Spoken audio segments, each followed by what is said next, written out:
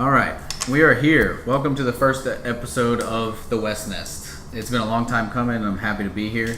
Let me get this out of the way first, and then we can go into it. I want to thank our sponsors, Turbo's Blinker Fluid. You might think you don't need it, but trust me, you do. Anyway, our first guest today is going to be my good friend. We've known each other since we were 11 years old. Elliot Carter. What's happening, man? Sorry, let me introduce also my partner in crime, Mikaela West, my wife. Hello. What up? And, I come before your wife, though. That's awesome. Yes, it's out of respect. Thank you. Appreciate that. But yeah, me and Ian have known each other since we were 11, and he's the host of his own web series. It used to be a podcast, and I'm going to call it the web series. Yeah. Right. What made you change it out of the podcast? Oh, just the visual thing and having it be an episode, and I'm going to probably I'm working on skits and interviews with random people, so I was like, why am I keeping this as a podcast? Right. It's a visual thing. So you didn't like just doing the audio? Yeah. They got to see that face in mine. Yeah. They got to. It's that Luda face like we were talking about. Yes, sir.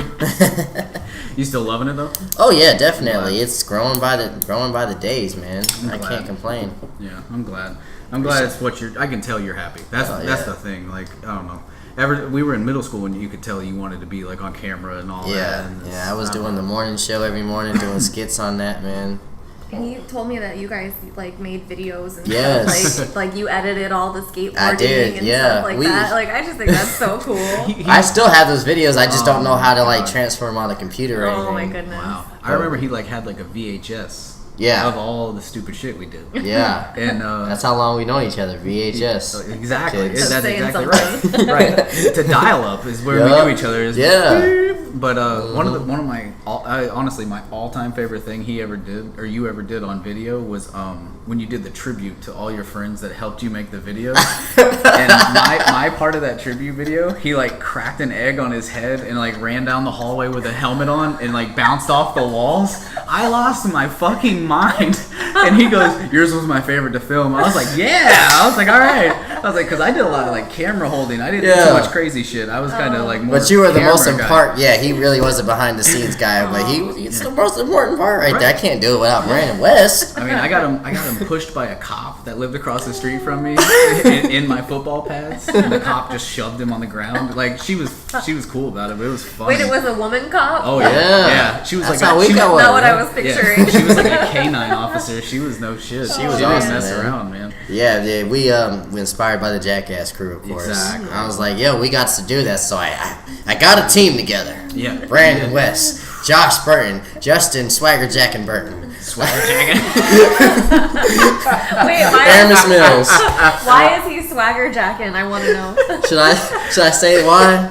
Okay. Is he gonna listen to this? And be It doesn't matter. Yeah, it doesn't matter. I don't know if he is or not. He can if he wants. I'll tell him to his face. So Justin Burton, they're twin brothers, Justin and Josh. They were like our best friends in middle school. He lived like down the road from him. Yeah, we lived like 10 feet away. Yeah. They were stupid too. They gave a lot to the videos, but I call him Swagger Jacker because lately he's been like reading my posts and then like not even reposting them, just typing them up like he wrote it, maybe changing one word around.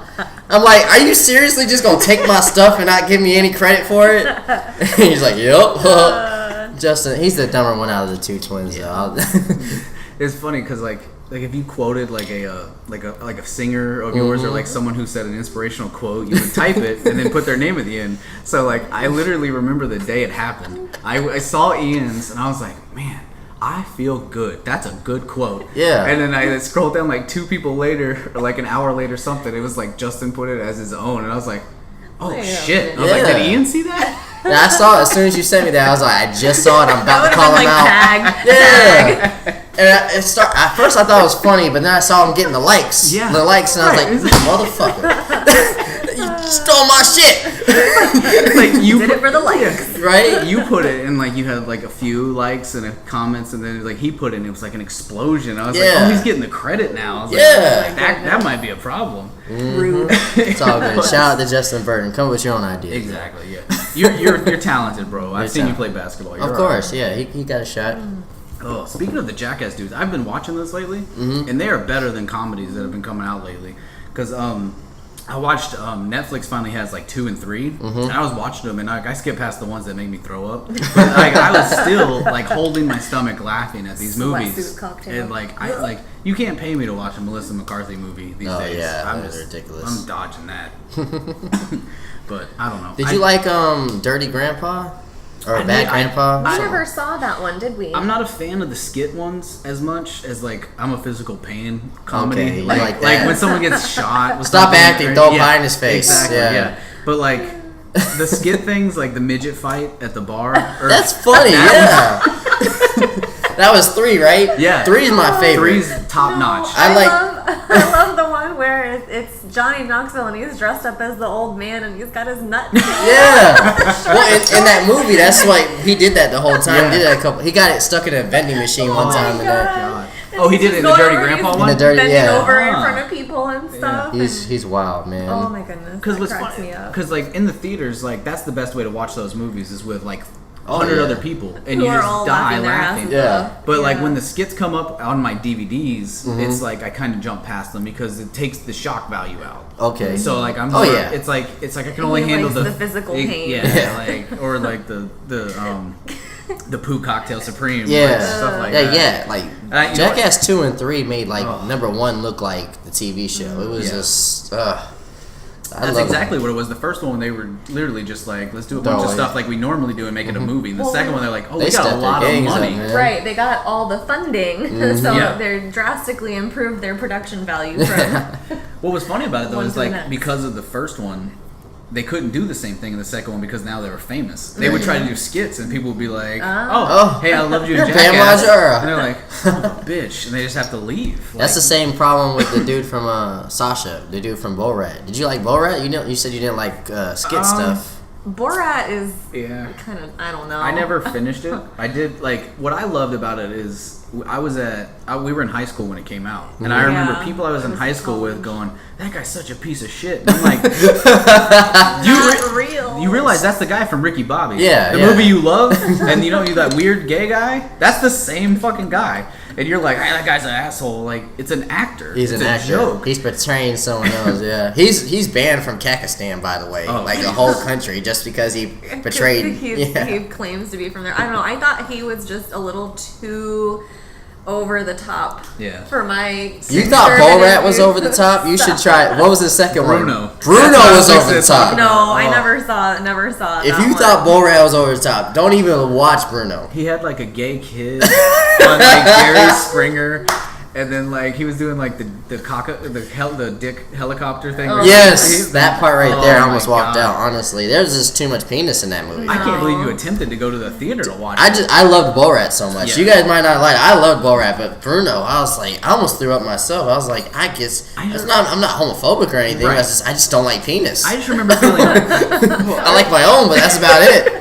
I remember feeling awkward because he went, like, he went camping with like the hunter guys, and like I was like, oh shit. He's like, he didn't get shot. It was hard to watch. Yeah. And like I'm assuming that they did actual skits because you can tell these dudes are not actors. Yeah. They're like thinking this is just a gay dude that wanted to go hunting with them, and it was probably for some kind of other show. Wait, is this Borat or this was Bruno? Yeah. Oh no, I never saw it. So like Bruno. But like a lot of people did love Borat. Yeah. And like a lot of people quote it the same as they do like Napoleon Dynamite. Well, like, and I just never Napoleon Dynamite's like a cult classic, you know. It's a hit or miss with people. Yeah, it really is. It's just ridiculous. Yeah. Like you have to be in the right mood at the right time for that stuff to hit you sometimes. Yeah. Like I think like he loves the league, right? Oh yeah. From FX, the fantasy football show. Oh, that's the that dude that's usually in the Seth Rogen movies, Nick right? Kroll. Yeah, he was the douche in Sausage Fest. Yeah, Normally, I think that show is so dumb, but occasionally it just tickles me, and I can't help myself. It just cracks me up. No, it's crazy. You both said that you like The Office, which is probably one of my favorite comedies of all time as in TV. But you've never seen Curb Your Enthusiasm? Like no. I've seen. It's kind of like it. Is that the one with the old guy with the white hair? Yeah, bald? Larry David. We've watched pieces. I love it. Well, I can remember we'd see snippets of it like on HBO every now and then, and it seemed like it would be pretty funny because he's like super dry. Yeah, like, that's my type of humor. Like, it's realistic kind of too. Mm-hmm. Well, after years of writing Seinfeld, which I'm not a giant fan of, just personally, but it was funny. Like the few episodes I saw, like when I saw the Michael J. Fox episode, he's like, "Was that a Parkinson's throw or like a Parkinson's bump? Legit? Like, or was it legit?" And he's like, "What? Like, dude, you're talking about Michael J. Fox's Parkinson's? Like, was that an aggressive bump on the wall or was it Parkinson's bump?" And I lost my shit. Yeah, I was like, but it is funny. I've never got into it. Exactly. Yeah. And we also, I think what came out is heyday. We didn't have HBO, right? So I think that, but now it's coming back, right? It's coming back. So we need to watch the original and wait for the. There's like 8 other seasons, and I would say this that the first 2 seasons are a hit or miss, but from 3 up. Because they got random celebrity. Everybody plays themselves on the show, and it's so funny. And there's this dude, JB Smoove, he's a comedian now. I love that dude, yeah. He comes in like season 5, I think. He's like one of the funniest episodes. His first episode, there was a situation where his Larry's wife was like, "Hey, I think the dude Leon just jerked off in our bathroom, and there's a cum stain on the pillow." And he goes up to him. He confronts him by. He's like, "Hey man, did you leave a ejaculate on my pillow?" He's like, "What the fuck is that ejaculate?" He's like, "A cum stain." He's all like, "Oh, what am I? This is an old person's house. What am I jerking off to housekeeping? I'm like jerking off to the Desperate Housewives." You know what's funny is the way that dude talks makes his humor hilarious. Lisp, you know what? He was on The League. The show we were just talking about, he's a guy in a wheelchair who wants a pair of sneakers. Oh. And the dude's like, "Why do you want those sneakers? Like, what do you need them for?" And he's like, "They look good." He's like, "But you're in a wheelchair." So they get in a big fight for the whole episode. That dude, when he bounces around, he's funny as shit. What's his name? I gotta. JB Smoove is his real name. Yeah. What is it? JB and then Smoove. Smoove. Yeah, he's on the show. He constantly says, "I bring the records to the ladies." Okay. It's like as soon as you see his face, you go, "I've seen him before." Kevin Hart made a joke. He's been around. Yeah, he's been around for a minute. Kevin Hart clowned him one time because JB's like, "Kevin steals my jokes." He's like, "No one wants your spitting ass jokes, JB."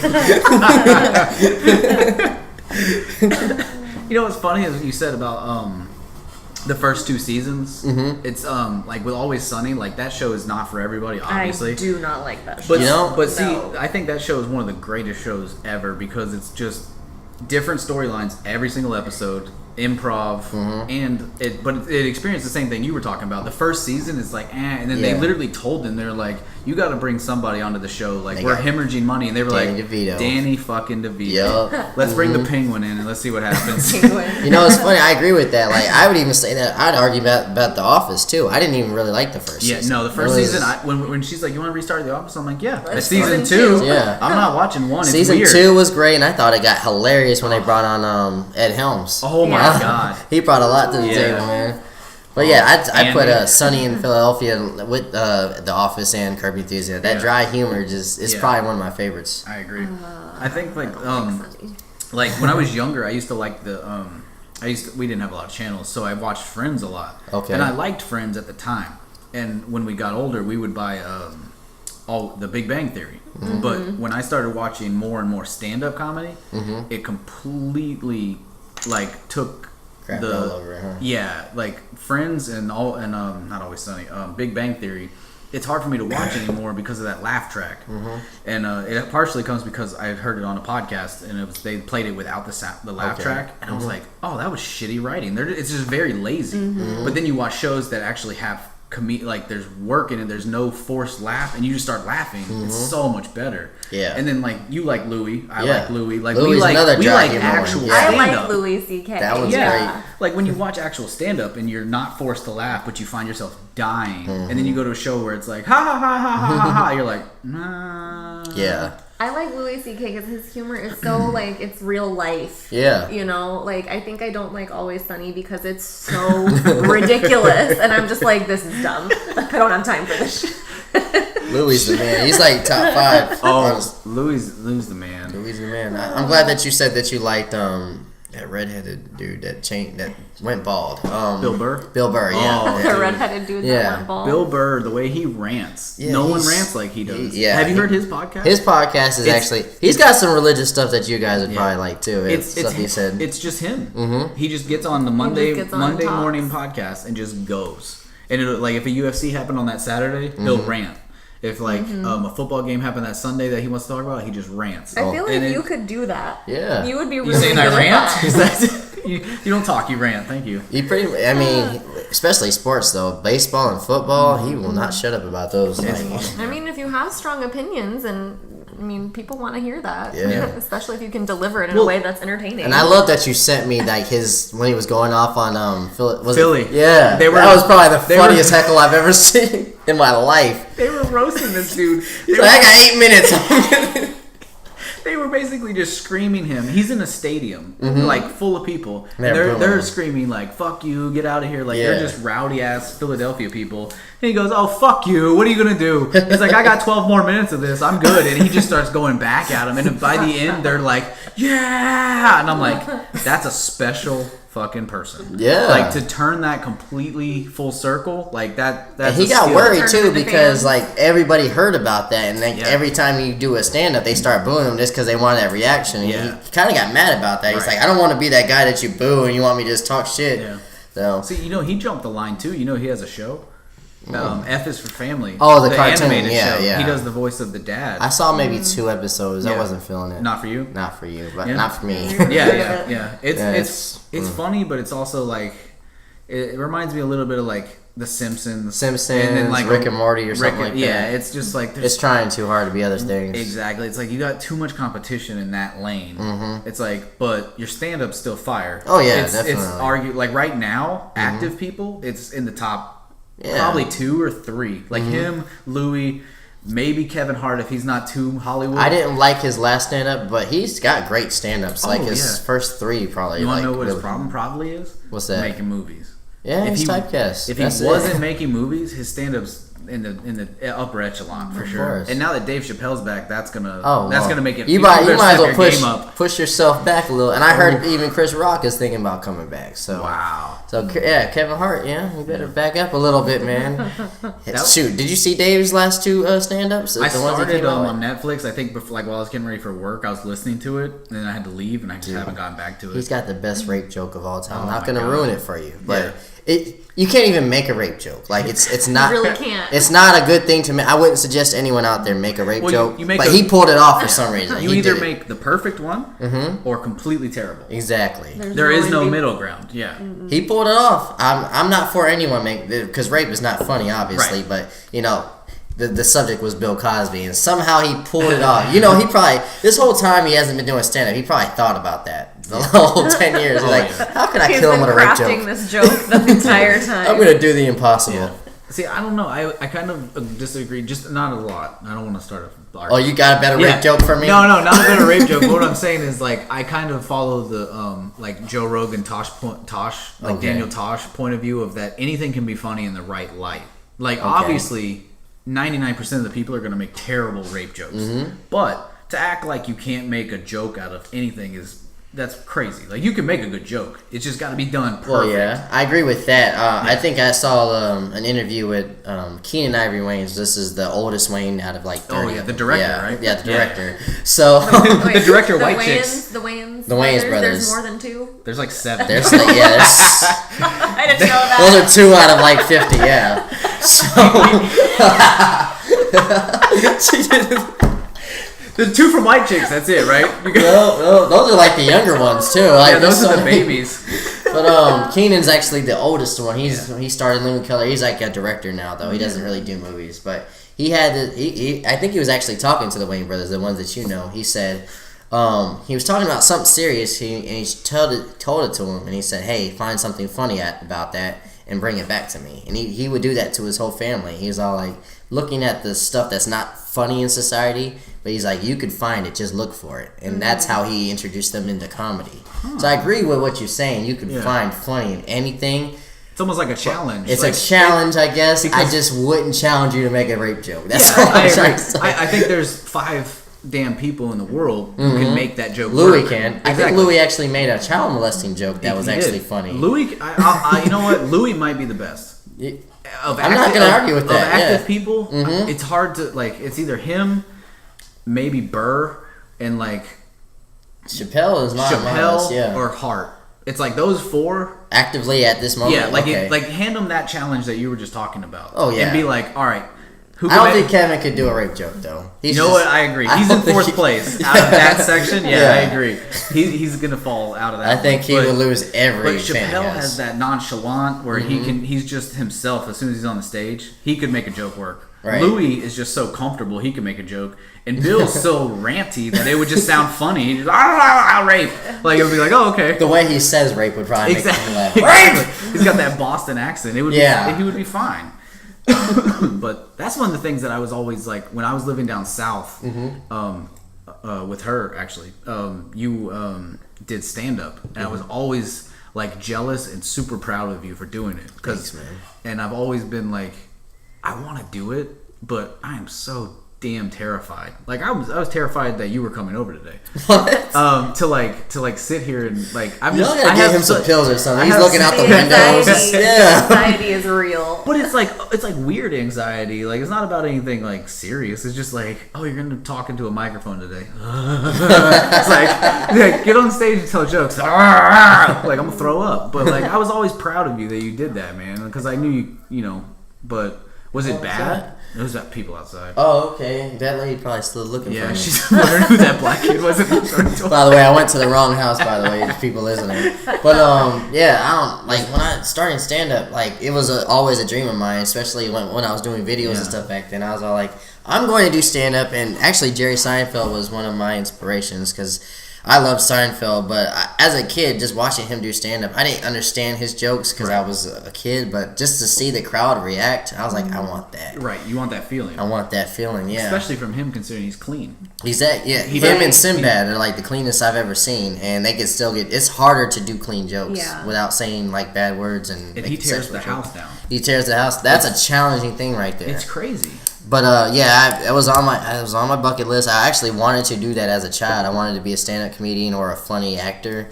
But of course, I'm not at the moment. But I had to try. I had jokes that worked and I had jokes that didn't. And the ones that worked made the whole experience. I was just like, I'm glad I did it. To get the laughs. I had this joke about my brother masturbating. It killed.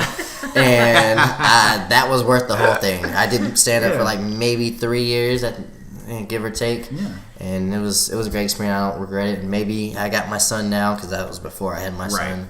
Maybe I'll go back to it. Maybe I just won't. So you took like I play golf. Like it's like the golf approach. Like you go and you have 88 terrible shots, but those 7 or 8 that were amazing. That's why you come back. That's why you come back. Right. Absolutely. So I don't know. I've always, like I said, I've always been jealous of it a little bit. Don't be, man. You can do it. Just like this podcast, you can do it. No, I know. You've been on my ass for like 6 months. But like I'll come up with like a premise and I'm like, yeah, it's coming. And I'm like, all right, how do you make it turn into a joke? No idea. And it dies there, and it sucks. Like I came up with one that was like I thought like the way people have sex in movies is really stupid. They're just like kiss like for 3 seconds and they're like ah, like I'm like that's not how that shit works. You're in a field. Like, tell them how it works. Like I did, and then I was like, okay, but now where are you gonna go with it? And I was like, I don't know. Yeah. It's like the premise is there, but developing the joke, I couldn't figure it out. And I think with that one, I don't know to help you out because it seems like you have a good baseline. Yeah, you're gonna have to do a lot of animated stuff on stage to make that work. You're gonna turn into Dane Cook. And I'm gonna pull the phone out like this dude's about to grind on this microphone. I can't wait to see this. Yeah, but see, afterwards you would actually, I would trust you to be like, that shit ain't gonna work, or that was hilarious. I'm gonna keep it real with you every time. Yeah, just know that. And that's what I love about you. I'm not even gonna keep going like on with this subject, but I lost a friend because I kept it real with him. Like I told him about a situation with somebody else. I was like, hey, watch this guy because he's grimy. He might take your ideas or he might steal from you. And before I even talked to him, I was like, I don't want to come off as a hater, so I asked somebody else, what should I do? He's like, well, you damned if you do, you damned if you don't. If you don't say nothing and something actually happens, they'll look at you like, why didn't you say nothing? Yeah. If you do say something, oh, you a hater, why you all up in my business? So I don't know if I lost one or not. We're just not the same, just because I kept it real with him. But with you, I think it would be easier because I've known you longer. I think you would get where I'm coming from, not trying to poison what you got going on. No, of course not. I think that's more on him though now. Yeah. You know what I'm saying? Like I don't know the whole situation. I know what you just said, but that's on him. That's on him to figure out that you're a good person and you were watching out for him rather than that, you know. But you know what's funny is you mentioned Dane Cook. And I was going to tell you, like, Dane Cook's Vicious Circle or Cycle, I can't ever remember, but that special was amazing. But also, you can watch what happened to him. And it was like he disappeared after that because he started acting. And I worried that happened to Kevin Hart. That's not all of it. What's all of it? What's the rest of it? He stole jokes. He stole from Louis C.K. Wow. He stole, you look it up. Look up. He's notorious. He pulled the Carlos Mencia. Yeah, actually, they compare both of them. They're both just like that. Yeah, that's why he fell off a little bit. He was a joke stealer. You can't do that. But you know, it's crazy. Even Joe Rogan called him out for that. Wow. Yeah, Joe Rogan's serious about joke stealing. Like he will call you out real quick. He almost got in a fight with Carlos Mencia on stage. I saw that. He goes, "Give me a fucking microphone," and they hand him a microphone. He's like, "Oh shit, I got a microphone now. He goes, "Your name's Ned," and he goes. He was shaking. Carlos Mencia ruled the comedy world for this much, like a very small section of time when we were in high school, and I even thought it was funny. But then it's like, then you find out, like, oh, you're a piece of shit. Yeah. Like, you're not doing any of the work. Like, it really, like, it takes a lot away from it. It's like, you're just a performer now. Yeah. You're just an actor now. But somebody else was writing his stuff. Yeah, he stole from Ari Shaffir. He stole from George Lopez. He's got something on Netflix, by the way, Ari Shaffir. He's got a double feature. I watched one of them. It's pretty funny. Yeah. One's on kids, and one's on, like, marriage. Okay. I saw the one on kids. Yeah, that's the one I saw. Ari's funny, man. Dude, he had this thing called Amazing Racist I used to watch like in 9th grade. Yeah. He would dress up in a Klan outfit and go like in Compton or something like that. Knowing you're supposed to, but it's just so ridiculously over the top. It's funny. If he tried any of that shit today. Yeah, exactly. He's just funny because he's very like. He doesn't give a shit what he talks about. He's going to end up being like Bill Burr and Louis. Oh, yeah. He really is. And like what cracked me up, one of the things that made me attracted to him or wanted to listen to him was, sorry, that came out super weird. He's a great looking obviously he's friends with Joe, so I've heard him on the podcast. I knew he was actually funny. But then also I saw the picture for one of his CD covers, and he was like as a Black Widow, and it was something Jewish. So instead of having like the hourglass like a Black Widow has, it had the yarmulke or the Jewish star on it. Wow. I was like, dude, pretty fucking hilarious. Dude's freaking trip, man. Dude, look up Dane Cook stealing jokes, man. You'll figure it out real quick.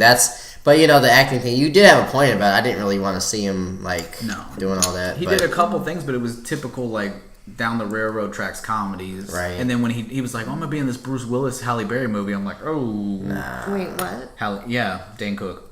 And I was like, "That's a bad idea, bro." Yeah.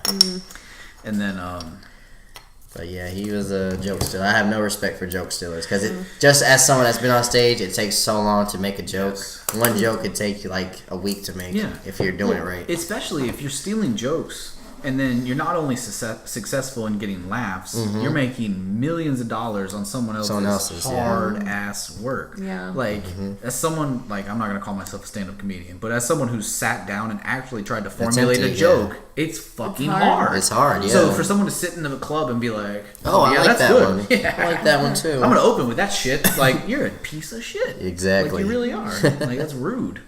And I don't know. That's what sucks is that Carlos Mencia really had that moment where he was huge. Yeah. Had HBO special, had a show on Comedy Central, had all that stuff, and it was 90% stolen material. Yeah. From people who weren't big yet. Yeah. He would go to the comedy club and just watch people. He would listen and he would watch. Yeah, exactly. It's disgusting, right? And I never really liked Mencia because it was right after Chappelle's show came off. Oh, right. And that's just like steak and ramen noodles. Like I wasn't even into it. I was like, nah, I'm good on Mencia. Well, I think you can tell probably if somebody is being authentic, you know, and if you're not being yourself, doing the thing that you love to do, then you're not gonna be successful. Real recognize real. You right.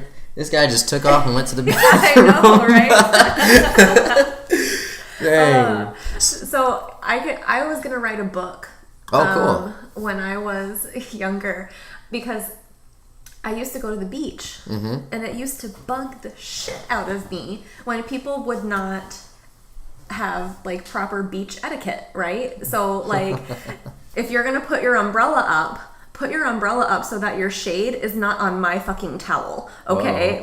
And then when you go to shake your towel out, wait until you get in the parking lot to do that shit. So like that was gonna be my book. It was gonna be like this like beach etiquette, satirical, like I don't know if it was even satire, probably not, but just like super like pissed off like local talking about like how to go to the beach and not piss off everybody. That was my big comedic idea. That's actually pretty good. Beach etiquette. I still feel like I should probably write that. That's pretty good. You know, it's crazy. Like talking about the beach. Me and my friend were talking about like stereotypes for different races, and one we added for black people was black people the only race that will wear Jordans on the beach and jean shorts. And jean shorts, absolutely. Fully clothed. Yep. And then be pissed off when someone gets sand on their shoe. Like, My J's, I just bought these. You're on the beach. Bro, you could swim to fucking Mexico. What are you talking about? Or wherever we're at. Yeah, that's actually a good idea. You should get into that, especially in Panama City. I used to have all these ideas. Hey man, put them out, man. Don't make me call you like I call him or text him like I text he's gonna him. Now that you told him an idea, he's just gonna bug you for 6 months until you start. Exactly, because I would hate because I don't want to hear like you guys are on your deathbed. Yeah, and we didn't do it. Because I'm gonna be an asshole and be like, well, you should have did it when you had the chance. Like, I don't want to get too mushy, but I love the fact that this guy's back in my life. Like, I I really do, man. Like, I appreciate everything. And, like, we started out doing, like, the little movie reviews and stuff. And then, like, he started a podcast, and I was like, well, damn, I had a podcast idea for, like, months now. Like, I get my shit on track. And, like, I'm not happy you stopped doing yours as an actual podcast. But at the same time, I'm like, well, you know what? Like, maybe I can fill that local lane and, like, pick up his slack, and then we can do each other's shows and bounce around and help. And, like, it's not ever going to be, like, anything he's doing is hurting me or what I'm doing is hurting him. We're helping each other go like this. Well, listen, I'm reading this book right now. I'm not reading, I'm listening. It's an audio book.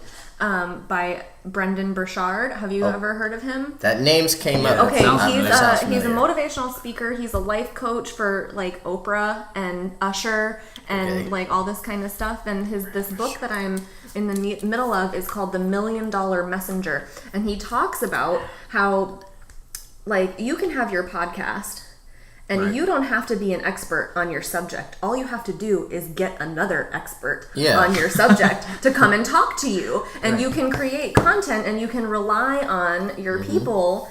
And you don't actually have to know all that much yourself. You just have to... Sounds like Joe Rogan listened to this. Like, know the right questions to ask. You're an astrophysicist? You know? Come on. Yeah. Yeah, it's true, man. I mean, it really is. Like, we have so much opportunity. You just need to be the vessel for them. To collaborate. Absolutely. And you know it's crazy what you just said too. Like we're the only one. I'm doing a web episode and you're doing you guys are both doing a podcast. Right. Sorry, this beer's getting to me a little bit. And so like we're the only ones here doing it. So there's no point of having a competition or shitting on the other guy. Like this is us. Like we've made some sort of family. I agree. When it comes to this, and I agree. We're gonna reach more people by being a united front than Work me together. being like, you know what, fuck Ian. Yeah. No, I would never say fuck Brandon unless it has something to do with Marvel and DC. But. Yeah, exactly. I'd be like, other than that, man, no, that's my bro, man. I can't even go there.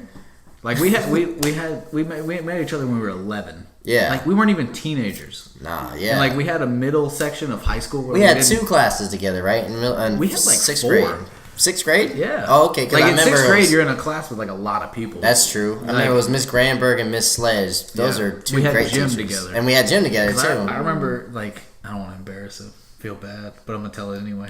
Uh-oh. This dude took a Gatorade out of the locker room, and you weren't supposed to do that. Oh, I remember this. So we got in trouble and we weren't allowed to have Gatorade for a week. So Ian walks up to the dude and he goes, "Thanks a lot, man." The dude fucking punches Ian right in the chest. Ian's like, God. Oh my goodness. We were small. This dude just punches Ian in the chest. I'm like, oh my God. Hey, hey, worth it. Worth it. If Brandon knows this, man, I was the smallest dude everywhere I went. But you know, that never stopped me from doing shit. No. He was bigger than me. He punched me in my chest, but worth it because fuck that guy. Yeah. I love my Gatorade time. Like, why you gotta be a dick? Just leave it in your locker. I was like, you can be mad all day, but I didn't get the Gatorade took it away from me. And I took that punch like a man, though. I don't know. That's funny. I forgot all about that until you said that. I was like, that did happen, didn't it? I've got like that elephant memory, dude. But only for certain things. They're like, read this book and memorize it. I'm like, shit. Yeah. They're That's like, college all what day. happened on that last episode of that show? You like? Oh, I can tell you. Gotcha. No, what? Wait, watch this. What? UFC.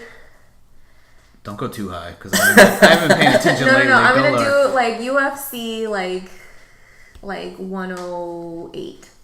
It was Rashad Evans versus Thiago Silva. Look it up. Let me be the fact checker. Dude, that's impressive, man. Rashad won by decision. You said 108? That's UFC. That's the most random number of all time, and you got that? Yeah. Let's see. Evans versus Silva. If you weren't married, I would say you're a virgin for that. All you do is watch fights, you weirdo. That was the most virgin thing I've seen all day. Dude, we used to do this. I'd be like, give me a number. And she'd give me, and I'd give her the first 5 fights. Wow. Let's try another one. Oh, Jesus. Oh, goodness. I gotta see this. Let's try 93. Did I stump you? Maybe. 93. That was a long time ago. Shit. Damn it. Why would you do that to me? I thought you were going to get... I used to be able to do this and he would just go. All day, huh? Go. I mean, that 108 was impressive. You should be proud of that. Wow. 93, I really am struggling. As soon as you say... You know what? It might be St. Pierre versus Penn. It was in Ireland. Matt Hughes, Thiago Alves? Franklin versus Henderson. I thought... That one was a bullshit That card. was 2009. Yeah. That was like... That's a long-ass That time was ago. like right when we got together. You were probably with me, and that's why you don't remember it. I didn't even watch that fight. It doesn't count. Damn, man. Oh, funny, man. But I'm excited. Like we talk about, like we're not gonna affect each other other than positive ways. But like also like podcast wise, like one of my favorite podcasts is Your Mom's House, which is Tom Segura and his wife. Heard of it? Which yeah. They're really funny together. But like I think the husband wife like thing, it's possible, but there's not gonna be too many of them. And we're also not stand-up comedians, which I think gives us a different lane than they have. Right, yeah. So I'm pretty excited about that. Like, and we're gonna have the nerdy lane. They have their lane, which they're their own entity. Like if you ever listen to them, you'll realize like, oh, you guys are completely different than everybody. Which he's also on my Mount Rushmore. I love that dude, stand-up wise. And she's funny too, though. I like him. Yeah. He's funny. He cracks me up. Mostly Stories is one of my favorite. Mostly Stories, yeah, dude. He, I'm glad you mentioned him the other day too. I thought I was the only one on him because he's got other. As soon as I saw that one on Netflix, I downloaded like his other two. It's too funny. That joke about him having to go diarrhea and his wife calling, dude, do you need to go to the hospital? Just the way he says stuff is just like so funny. He's like, no, I shit like that all the time. But when he talks about the kids on first 40 or the first 48, when he talks about like basically after 48 hours you got away with murder, like that's it. But he's funny because he's just real. He's nice and calm and collected, and he just says it, and it's funny and awkward. He's like, I'm just fucking kidding. Like it's a joke. He's Louis C.K. with diabetes or something like that. He really is. Yeah. Fucking speaking of comedies, you know what I watched? What's that? That I had never seen as a kid, and I mean that. I swear to God. Cool Runnings. She introduced it to me the other night. I made him watch it the other The night. Jamaican bobsled Tell me you have team. seen it. As soon as you said Jamaican, wow. Yeah, I didn't watch it. Every time I pass. Is it actually funny though? Dude, it holds up. It's not just Still? funny. It holds up to today. Like you got to get past some of their like weird like facial expressions where they'll just be standing there and the camera will go to them. They just kind of be like, dude, It's even a little cheesy. It's a little okay. It's a Disney movie. What yeah, can you I really understand. expect? but it's John Candy But- and five I remember it was Jamaicans. John. But even as a kid, I I didn't even curse as a kid. I was like, what the fuck is this? I can't watch this. This is stupid. Dude. I'll give it a shot if you both actually say it's worth it. I might watch it. No lie, it is very, very funny. I laughed harder at that than I've laughed at comedies lately, for sure. Wow. Like I said, there's just, like, there's little bits that just tickle you. Like, it's not, I don't know. It's not like a what's the dude's character's name? Sanka. Oh my god. Sanka. He's like a character. Sanka. He's like the hilarious like sidekick in the movie, and he's like it's also a good story at the end. Like it leads to a very happy movie. Yeah. Which is I mean it's a Disney movie, but it's, I don't know. I loved it when I was a kid. I thought it was hilarious, and maybe that's why he thought it was funny, because I was sitting there cracking up. No, Sanka, like, it was funny. Like, it's a good written movie, and the jokes were funny. It's good. And it's John Candy. John Candy's John Candy was in it, too. Mm-hmm. There's a movie. I missed him. He was everything he was in. He was typecast, same thing, but he was from funny. Our childhood was like his movie that you paid attention Uncle to. Buck. See, Spaceballs is the only thing I saw him in. Yeah. Have you ever seen Planes, Trains, and Automobiles? Yeah, the one with Steve Martin. Yeah, that's a good one too. We used to watch that movie every holiday. My last podcast I actually posted, because I got 3 of them pending right now. Lined up. Yeah, but the last one I actually posted was called it was based off of that, and I think it was based off of it, but the thing I wrote in the middle was Coon Trains or something like that. I don't remember, but it was based off of that movie. Appreciate that. I forgot what it is. Man, that's just a good movie, yeah. And it's funny, and it's just trying to get home. It's hilarious. Is that the Shirley, but don't call me Shirley? No, you're that's talking about Planes. Planes, okay. Yeah, that's Liam, not Liam Neeson. Not Liam Neeson's. Mr. Magoo. Yeah, it's Mr. Magoo. Yeah. What's his name? Morgan Leeson. It's a girl name. Leslie Neeson. Yeah. As soon as you said a girl's name, I was like, got it. Yeah. Morgan. That is like one of the funniest lines of all time. Even to this day, if someone says Shirley, I'm like, hey, don't call me Shirley. I think I've never seen that either. Oh, that's a classic. The first one. I liked his detective movies that had like O.J. Simpson in it. Cop and a Half. I don't remember. I know what you're talking about though. Naked Gun and a Half or something. Yeah, he started like way before Scary Movie, that spoof type stuff. Oh yeah, like he was the GOAT. Those are underrated too, though. What, Scary Movie? The first one. The first two. First two. Yeah. Did you ever see Shriek? No, I didn't. Shriek was like Scary Movie before Scary Movie got made. So it was actually a comedy? Yeah. Oh. It was actually what Scary Movie, in my opinion, stole. Came after? Okay. Yeah, like it came out, but it didn't have the Marlins. Or the Wayne, not the Marlins brothers. the Wayans brothers in it, so. But it was actually really funny. It was the same type of thing, like a horror movie, but not. Okay. That's another one. But it was funny. Excuse me. Well, you didn't answer me. Was this one better than the first one? That one was good. Okay. I enjoyed it. Whatever that other one you had though, that tastes like a vanilla like wafer cookie that was ridiculous. We're talking about beer, by the way. Was it this one? Yeah, it was this one. Kentucky Vanilla Barrel. Okay. Where did that come from? Yeah, for real, because I'm gonna go get like 7. All these beers I got from that place off of 23rd Street where you work out or used to work out. Publix? Nah, we work out at Publix. What the hell's wrong with you? Publix is right next door, dude. Publix is right next to the gym. The gym that you used to go to. I don't think you go there anymore. Wellness and Fitness? Yeah, Wellness and Fitness. Oh, okay. That place where they do beer and wine. Oh, I forgot what it's called. Oh, I didn't know that place was still in there. I didn't think They're moving to Harrison Avenue. Oh, okay. I talked to them today. Next month they'll be on Harrison. Oh, okay. Yeah. I'll have to go check them out. I didn't know they were even there still. True. I remember I got a beer muffin from there one morning after we worked out, and I was like, this is the worst idea Yeah, we went over ever. there after the gym, and I think we paid like $10 for coffee and coffee and a muffin. Shoot, I was just thinking, like, you had me thinking, what are some good comedies that still hold up to this day, like from the 90s and 2000s? I was like, Well, it's what sucks is the fact that I'd rather watch those than some of the ones that come out. But I think Ace Ventura 1 still holds up. Ace Ventura, okay. It's Wow. been so long since I've seen those. I think all of Jim Carrey's movies still help. Like Liar Liar, thank you. Liar Liar is like one of the best. Is his best. I like it better than Dumb and Dumber. I ain't gonna lie, because you like it better than The Mask. Way better than Mask. As like a father, I guess I like Liar Liar better. Yeah. I don't know, but because it actually has a story. Yeah, Mask is just chaos. Yeah, it's actually a comic book movie. I didn't know. I found that out later in life. Really? Yeah, I didn't know that. It was also Cameron Diaz's first movie. Yeah, after doing porn. Yeah, she's coming on the scene. She did.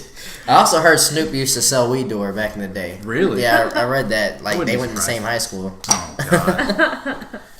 No, I don't like old school comedy. Like I like Tommy Boy a lot. Tommy Boy, yeah, okay. I also like Adam Sandler's movies were all right. Big Daddy's Big good. Daddy, Happy Gilmore. I love Happy Gilmore. Billy Madison might be my favorite one out of all of his. The one when he went back to school. Yeah, I like one. It's a tie between that and Happy Gilmore. People hated Little Nicky. I actually really enjoyed Little Nicky. That one was. I haven't watched it to see if it held up, but when it came out though, I was cracking up. Yeah. The basketball game with the Globetrotters and shit. I like The Wedding Singer. Oh, that one's a good one. Yeah. That one, it's not romantic comedy. It's romantic. It's not my favorite one, but he's done like 3 movies with her. Mm-hmm. Yeah. 50 First Dates, that, and not a lot of people. His last one that I actually liked was that one that they went blending.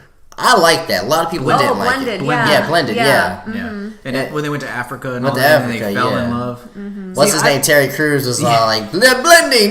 He was just getting it. That was the last Adam Sandler movie I liked. I don't know what's going on. I liked 50 First Dates, though. 50 First Dates. Blended was after 50 First Dates. Yeah, you're right. So I liked 50 First Dates. Yeah, that was a good romantic one. He got that Netflix deal and was like, I'm just going to fucking pump out movies. I don't care what they look like. That was my worst movie last year, the Hateful Eight, or not the Hateful Eight, the Ridiculous Seven. The Ridiculous Seven, yeah. That was the worst movie last year. And I saw... No, it wasn't. Independence Day 2 came out last year. Okay, you're right. Independence Day 2.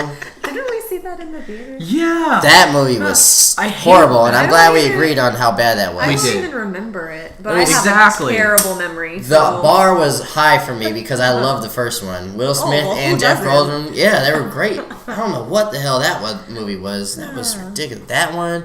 I didn't like Hateful Eight, and of course, I'm going to put Batman v Superman on it, but we can move on. We don't have to keep talking about it. No, it's cool, because I put Civil War in there, and I don't want to fight with you today. I don't want to watch people pillow fight at a fucking airport. We can shut up, man. We can agree that we both like the resurgence. They were like, stupid. We're going to bring everyone back.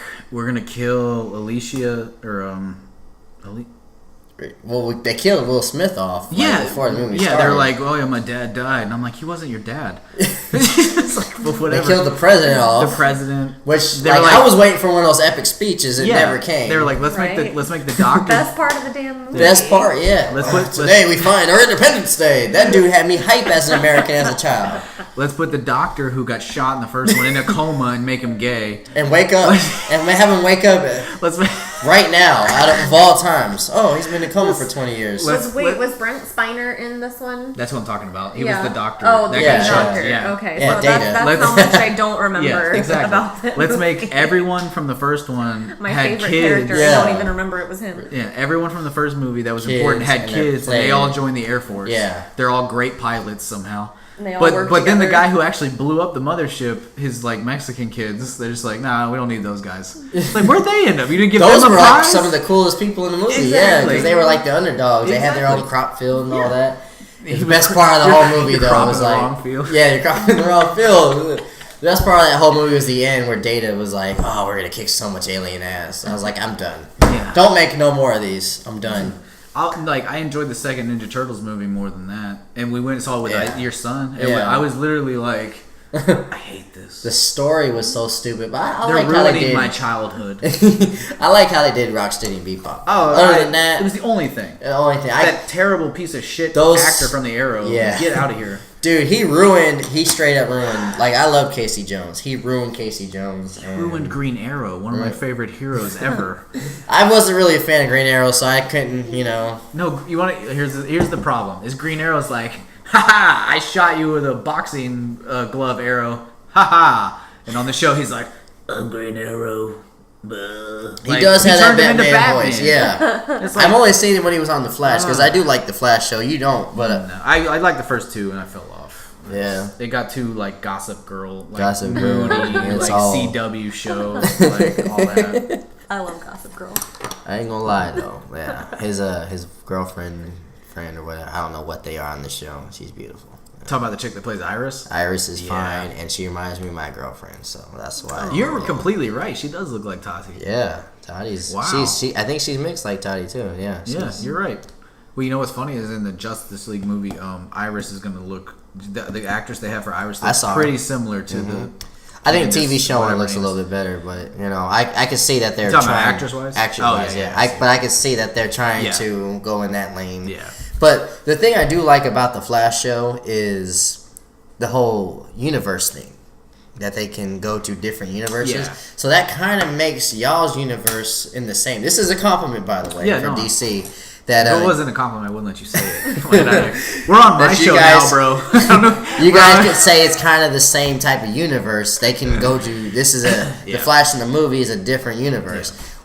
I don't know what they got going on with Marvel's Netflix because they make references to the TV show, but they won't act on it. They don't act on it. Yeah. So I don't know if they're not alternate universes or not. They don't make it really clear. See, I like the Flash until I started reading comic books. Once I started reading comic books, I was like, that's not the Flash. He's too depressed. He's too like, it's all my fault. It's all my fault. Dude, Barry is supposed to be like very uppity. He's one of the lights on that side. So is Green Arrow, which was another problem. It's like they made it super Batman-y for both of them. And I'm just like, that's not them though. Like we have Batman for that. So you actually like the movies more than the TV show? That's wild. On what? Like DC. Oh, 100%. So you don't like Gotham? You don't like... God, no. Gotham was so bad. I've never seen it. So that's we why watched it for like maybe half the first season. So don't even worry about it. They were like, we're going to make Commissioner Gordon's wife the Joker, kind of. We're going to have kind of a Joker, a skinny penguin. Like, that was like, Poison Ivy's a little girl. I'm like, what the fuck are y'all doing? I've never seen it. Don't even try. I watched the first season of Legends. And I'm not going to watch the second. No. I watched one episode and I was like, nah, I'm good. Because that chick who plays Black Canary is the worst actress ever. And she's got that like weird like butt lip chin thing. That's funny. I'm not a model by any means. Who you're talking about. Exactly. I didn't know if you guys knew this though, but Killer Frost on The Flash, the girl that played, she was actually in the original Suicide Squad. I didn't know that until looking it up. The character? The character's Killer Frost. Yeah, Killer Frost. Yeah, I never knew that. No, Killer Frost is dope. I like because I remember seeing on the cartoon, show one, but the cartoon Escape from Arkham or whatever. I remember seeing the Killer Frost on there, and then they kept talking about it on the Flash show, and I was like, oh, that's the same chick. Yeah, that's cool. She's a good character, just not good on TV. Not on the show, yeah. The other thing, the TV universe is like, let's just keep introducing new shit. It'll make it good. It's like, no, because it's... One of my favorite shows, actually, it goes all the way back to where we started, was when you're talking about The Office, is I don't know if she loves completely, but Parks and Rec is a really good show. I like but it. one of the things I tried it. Skip season 1. You'll be all right. Okay, because that's all I've got. I went to season 1, I was like, it's not The Office. But one of the things from there that I took was that it was Ron Swanson, who's a great character. He's funny, but he also sometimes brings like life lessons. It's like, the old dude? Yeah, he's like, don't half-ass 5 things. Whole-ass 1 thing. And that's the problem with CW is they're half-assing 25 characters instead of putting good shit behind one thing and making it good. And then moving on, they're just like, here's a bunch of shit. Like it's in the comics, you'll like it. It's like, but you didn't make it good. I don't like it, and it's frustrating as someone who actually reads their shit. It's like I know they're good characters, but when you just like shove it on there with some CGI, I don't care. So your favorite show would be The Office. And are you a Game of Thrones type person? Yes. Okay. Game of Thrones is by far the best. Yeah, I haven't watched it yet, but what? I know that's your shit. Like, what's your favorite movie? My favorite movie, or like just what's a really good movie? What's an almost perfect movie? An almost perfect movie would be, dang, dude, you put me on the spot on that one. Django, yeah. Okay. Django, see, I love Django. Yeah. See, like Django it's a really good movie. I really don't have many qualms with it. But what I'm saying, like Game of Thrones might be the best cinematic thing that's ever came out on TV or no, period. As a piece of art. Like as a story, as character development, I'm just not into medieval everything. Type stuff. That's the reason that it's never been like in. I don't know. But see, it's like political too. Like, is it? Yes. Political? Yeah, because it's got like people on thrones and like whose rightful spot is it? It's yeah. Okay. No, see, you gotta. It's like to me, so it's the good. best thing that's ever been made. Okay. I'm gonna eventually, before I die, watch it. What are they on season 30? I don't know what they're on. It's on 7 right now. Okay. And there's one more. I'm going to give Game of Thrones a shot before Walking Dead because I just don't worry about Walking Dead. I watched the first season, and then I see that they're on season 7 or 8 now. They should have been done with it a long time ago. Are they getting to the point? No. Are they going to find a cure, or is everyone going to die? What's the point? I don't care anymore. I don't either. Don't care. See, that's why I'm not going to watch it. When you watch Game of Thrones, it's going like this to a climax. The whole thing is just building, and you can see more than the characters can see, and so you're like, when are they going to figure it out? See,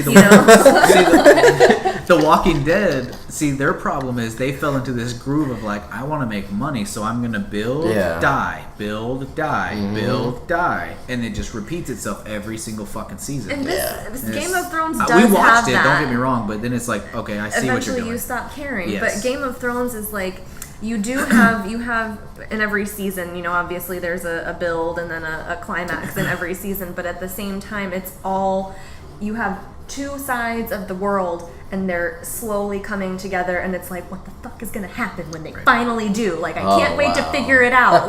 Come on, can we just get there already? And you have people who are paying attention to the big picture, while some people are paying attention to the small picture of wanting power. And it's you don't see the big picture, you're gonna get screwed. There's still curiosity. It's not we don't know everything about Walking Dead. Okay, you've got zombies. Okay, you've got bad people who want to take your shit. Okay, you've got whatever. It's okay, what else? Ladies and gentlemen, she is pissed about Walking Dead right now. Walking Dead is boring. Hey, don't you love the zombies who sneak up on you in the crunchy leaves? Yeah, how the fuck do they keep sneaking up on people is what I want to know. Okay, you were alone in the woods 2 seconds ago, and then all of a sudden, it's right next to you? No, that's some bullshit. I don't, my friend JJ loves Walking Dead. He keeps, every time we're on the phone, he talks about it. I'm like, bruh, I think I get it. I don't have to watch it. In the beginning, it was really cool. Yeah, I followed the first season. But it was new. Now it's the same thing, huh? It's hit the cycle where it's it's just a different guy who's a piece of shit. How are we going to get away from him? Oh, we got away from him. We found a place that's safe. It's not actually safe, though. So, look, there's another bad guy. Let's get away from him. And then it just repeats. Right. It's the thing that you're curious about is the same thing over and over and over again. The thing that we're curious about in Game of Thrones is still completely unknown. It's still leading up to figuring out situation. The answers of this whole thing, and then it's just going to be over because there is nothing left after you get the answers. It's done. Y'all giving me homework. I'll have to check it out. You remember how we talked about on your last, or the last time I was on your podcast about Life, how brave it was to kill Ryan Reynolds? Oh early? Yeah. Well, see, in The Walking Dead, they're brave. In Game of Thrones, they're brave because they'll kill people, and they're not afraid to end the show before they run out of logical story. Walking Dead's gonna run that shit into the ground. Dang. But Game of Thrones is this is our story, we're gonna tell it. When it's over, it's over. It's over. You experienced it, we're done, bye. We'll wash our hands, and we might make a prequel show. Which is the way it should be. Don't run into the ground just because you want to make money. It's gonna be stupid. Right. And that's the problem. But well, the thing about Game of Thrones too is that it's already written. Except for the very last book. We're already past the point of the books, though. We're past the point of the books, but it's also all these events and stuff that we're seeing. It's kind of like Walking Dead, and it's kind of like comic books. You have people who have seen, and even Harry Potter and stuff like that. You read this before you saw it become real, and then you see it become real, and you're like, it's perfect. It's just like I imagined. So nice. You have this attachment to the characters and stuff because they are cast so well, and it brings the whole thing to life so perfectly. Okay. It's that's kind of why I get into it, because I did read the books. I read all of them. Excuse me. Except the very last one that doesn't exist yet. There's two. He's got 2 books to come out, which is frustrating readers. But I think that's why you get frustrated with the comic book shows and stuff, is because you have these characters and then you see how they're cast and how they're developed, and you're like, that's not how they are. That's not the character. Game of Thrones. It is. Well, see, what's funny is I think they're going to finish the show of Game of Thrones, and then the writer will have the freedom of writing whatever the fuck he wants, and it might end up completely different than the show did. Right. Because he has that freedom. Hopefully not. Hopefully not, or hopefully so. Yeah. What if the show ends shitty? It won't. We're like, write that shit different, bro. It won't end shitty. If it does, it's gonna end up with a lot. Then I don't even want to watch legacy. it. I might just wait till it's over, and then y'all let me know if it was worth it, and then I'll power through it. Yeah. Oh man, it's true. It's so good though. Yeah, I mean, it really is like the best show I've watched, like as a whole. But all right, I don't know. I like it's like I wanted to end the way the rest of the show has happened. Like they've killed people off without thinking twice. Like I wanted to finish that way. You know.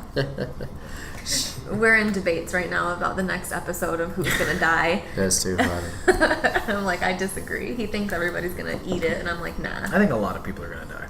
I just want everybody to know that her face expression talking about The Walking Dead was hilarious. She was legitimately pissed. That was I don't too like funny. it. It's done. It's also you kind of feel betrayed because you put so much time into the show, and then they're like, "Oh, you fuckers got lazy. Yeah, you guys quit doing what made you great, and now I don't care." It's got no conclusion. Exactly. That's the reason why I have no drive to watch it. They're showing no evidence of being like, can we figure out how this happened? Can we figure out how to fix it? Or what? It's too like, much no, inter-character drama and not enough about I agree. the why they're there and what's the point. Right. They need to find a medium in between with the two things you just said, and they haven't. They're too much on the side of like oh look at these guys, they're arguing. Who's the new bad guy that we have to? There's a Walking Dead guy over here. Roll credits. Walking Dead. Well, like the Walking Dead aren't even really like a thing. Exactly right. It got to the point where it's like zombies don't matter. I'm worried about the walkers. alive guy over there who want to shoot me. Yeah. That's just I don't know. Whatever. Beer is delicious. Dude, yeah, I ain't gonna lie. I had to look at this like when we were talking. I was like, dang man, what's in this thing, man? You know what else I thought about too the other day? This is like random, but is like we don't have an Elvis. An Elvis? Yeah. Oh, you know how like somebody iconic. A face right now? Yeah. Like the closest maybe Bieber, even though he's shitty. But you know what I'm saying. But think about it though. How much alcohol you been drinking? No. What I'm saying is like said Bieber. I was getting to it. Okay, go ahead. Well, like the worldwide recognition. Exactly. The difference is Bieber, whether he's good or not. Bieber is consistent to like mostly an age group. So are we talking singers or like just period. Rock or rap? Okay. Or acting. Like there's not really anybody, acting. Yeah. Like no one really rules the world. Like he couldn't even walk outside. But we also didn't live in Elvis's time. Of course. That's true. There's no guarantee that I would have known who Elvis was back in the day, growing up in the conservative household that I did, and, all that kind of stuff. Like, just but because with Elvis, we know about him now doesn't mean... Of course. ...that back in the day... Things are different. You're making a great point. Things are different because record sales are harder nowadays because you could download a song. Like, if I hear a song, I ain't gonna lie to you. I might or might not download it illegally. So, but you weren't able to do that back then. So his record sales were skyrocketing because you're not allowed to. You can't download stuff illegally in 1960 and 70. Right, that doesn't exist. It doesn't exist, and he was the only one making hit records. I mean, I guess maybe the Beatles, but like in his lane. So, but we have so many people doing the same thing nowadays. Like, so instead of one Elvis, we have a lot of Elvises. Multitude of Elvises who are popular world round, but their access to everything is... Yeah. And with Elvis, he was a different cat. Like, he did stuff that no one had done. He done stuff, like, back in his day, the dancing he did on stage in a conservative household you lived in, close your eyes. Right? I wasn't allowed to watch Titanic, okay? Like, come on. Wow. Those might have been my first boobs. You're in heaven right now, I bet, right? That's too... Titanic was my first boobs. That's funny, Greg. Actually, they were mine, so don't judge me. But yeah, I get what you're saying though. Like Elvis was a different type of cat though. He did things that was the devil's music. He had a different sound. He was dancing like provocatively. Definitely, yeah. And then I'd say after him would be Michael Jackson. Another one that danced differently and had a different sound. Prince as well. in our generation, like right now. Could you call Lady Gaga? I mean, Lady Gaga is different. She's got her monsters, her little monsters. Right, you know, there's a lot of people trying to sound like Lady Gaga, but there's only one Lady Gaga. But she's done some crazy shit, wearing meat dresses and coming out of eggs and wearing high heels. She's different. Like she's done some crazy stuff, and she does have a worldwide following. That's more than just a fan. It's a worldwide, yeah. But I think she still kind of reaches to a kind of specific crowd like Bieber does. Of course. Yeah. It's not as widespread. I guess our generation, I ruined it. My Elvis and Bieber was Eminem. That's my guy. Like that's a good one. That's my all-time favorite. He was funny. He could rap. He's different. He could act. Wow, that's a good one. Like if you hear Eminem, when you heard "Hi, My Name Is" for the first time. Yeah. There's no point, like, you're not thinking, who is this? You know that's Eminem when he's talking and rapping and just the way he does things. So that's my Elvis. Yeah. I mean, but he's not really doing much right now. So if we're talking about nowadays, that's a good question. Yeah. I wouldn't have anything to answer that. It's almost like, who's the next Elvis? Like, who's the next icon? Exactly. Right, that's the perfect word for it. Gambino has potential, but I don't think he's almost hard of it. It's like he won't get the mainstream crowd. He won't. No, that's the problem. It's not a problem, but I'm saying a problem has to be the icon. I was so surprised you liked that song, by the way, because that's a. I played it for her. And I was like, this song is my shit. It's like funk, right? She's like, is that Childish Gambino or I was like, is this that Say Woke yeah, shit? Say that one more time. Is that Say Woke shit? That's exactly what she said. I go, yeah. She goes, all right, I've heard it. I go, all right, thanks. I love that joke. No, that whole album though, if you guys hear it, it's really good. It's like different. It's like funkish, but like I love it because he originally was rapping. He did this. He went back to the 80s or 70s funk, but he can also act. And on Netflix, he has a stand-up. Pretty funny. Check it out. He has this joke about people with babies are like people with an STD. You can only date people with babies. People, when you're STD, date people with STDs. He's actually a funny dude. He could do a lot of things. He's like a Will Smith or like an Eddie Murphy. He's got a lot of talents. But like you said, he doesn't really put himself out there like them. So I don't see him getting bigger. But because he's unique for sure. Very so it's like you got to be that almost typical star to get the typical attention. Well, you have to generate interest. Yeah, of course. And like for me, I have Danny Glover's no son. interest. That's enough interest for me. I don't know. Yeah. I know what you're saying. Like, if you hadn't just said that he did all of that stuff, I would have lived the rest of my life not knowing and not caring. He doesn't put himself out there. You know what I mean? But I'm telling you, though, he is a great artist, rapper, singer, comedian, actor. He does it all, but, you wouldn't know it if I didn't say that. Right. Because he doesn't like the maybe limelight, I would guess. one day. I can't say I would live the rest of my life never knowing, because maybe one day he would hit that. Of course. That fame, but...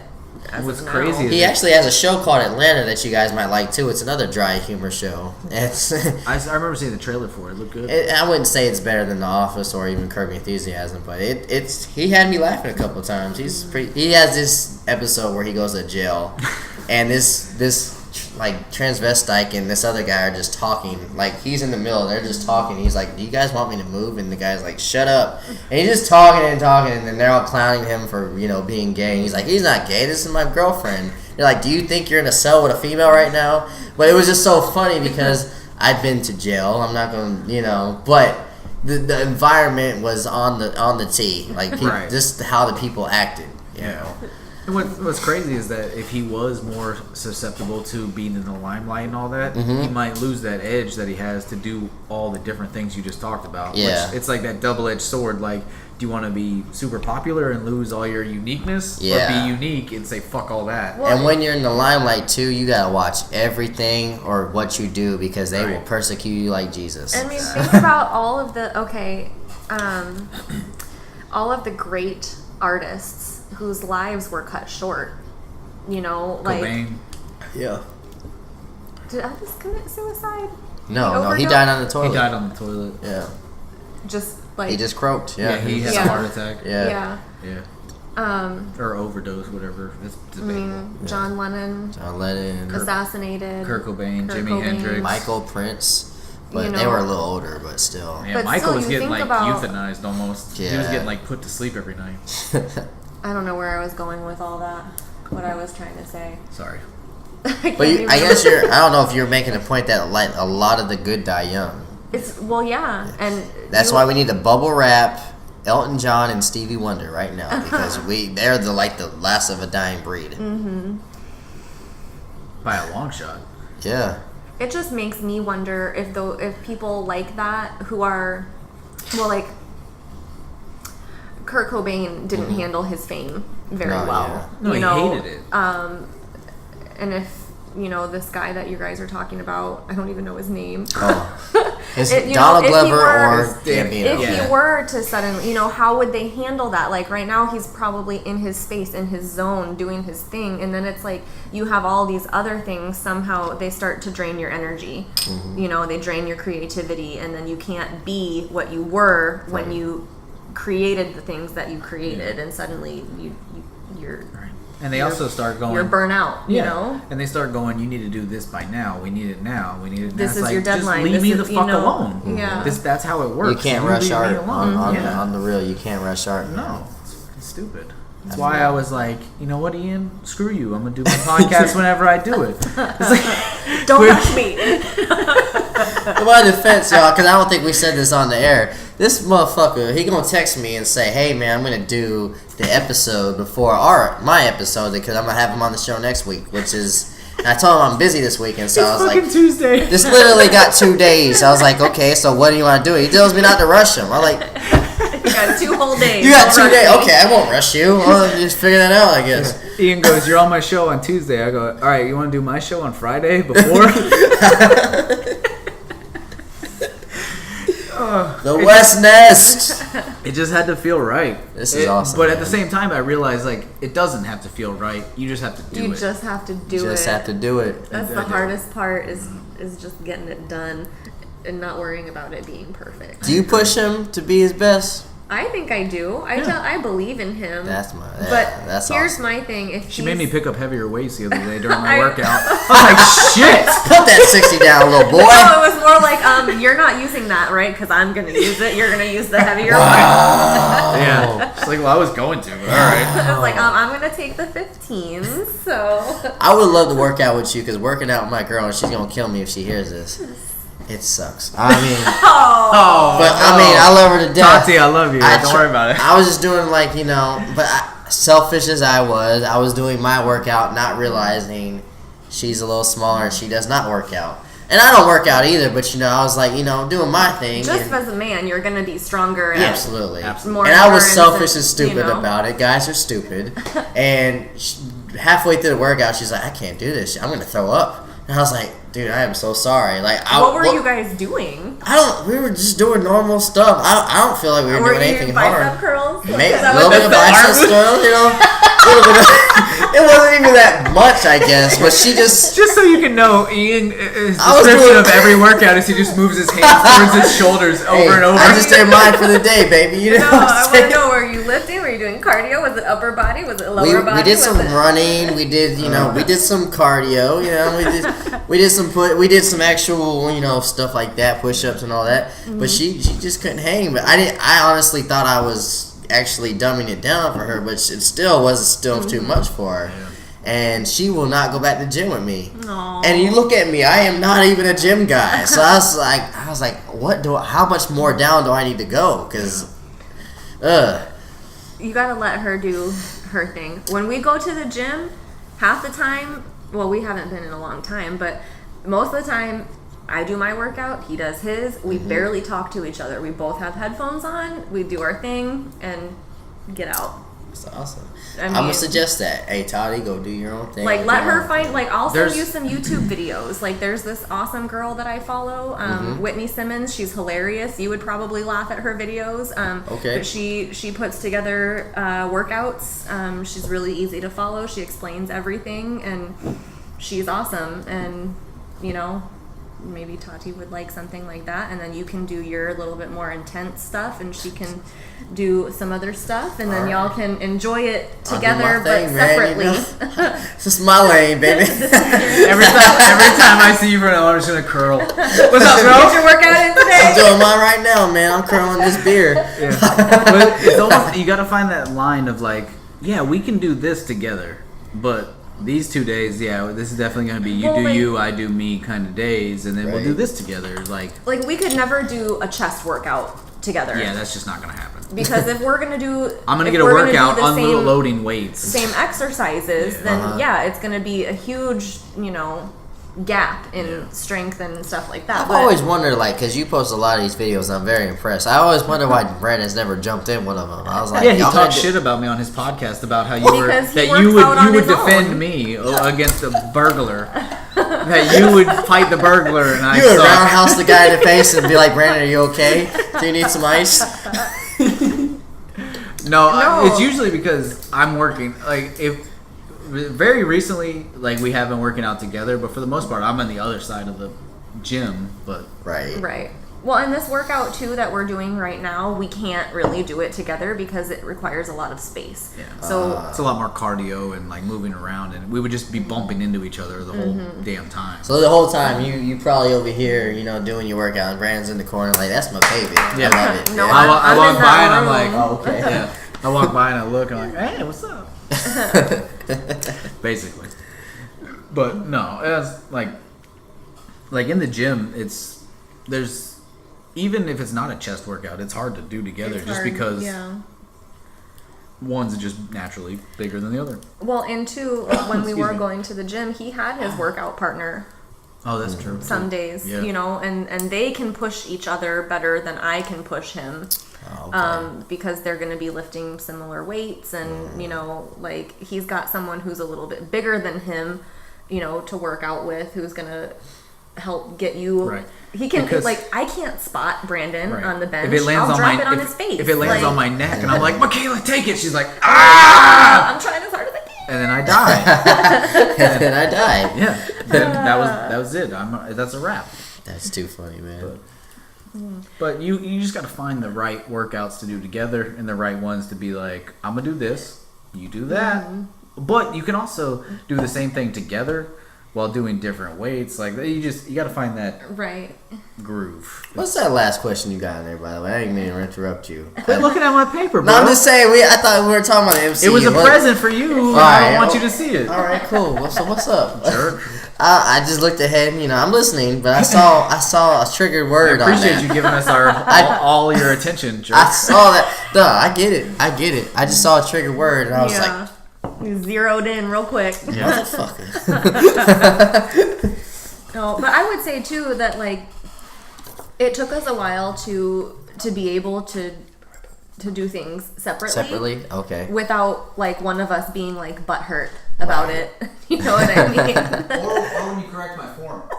Wow, you correct this form? You're hurting that man's pride. No.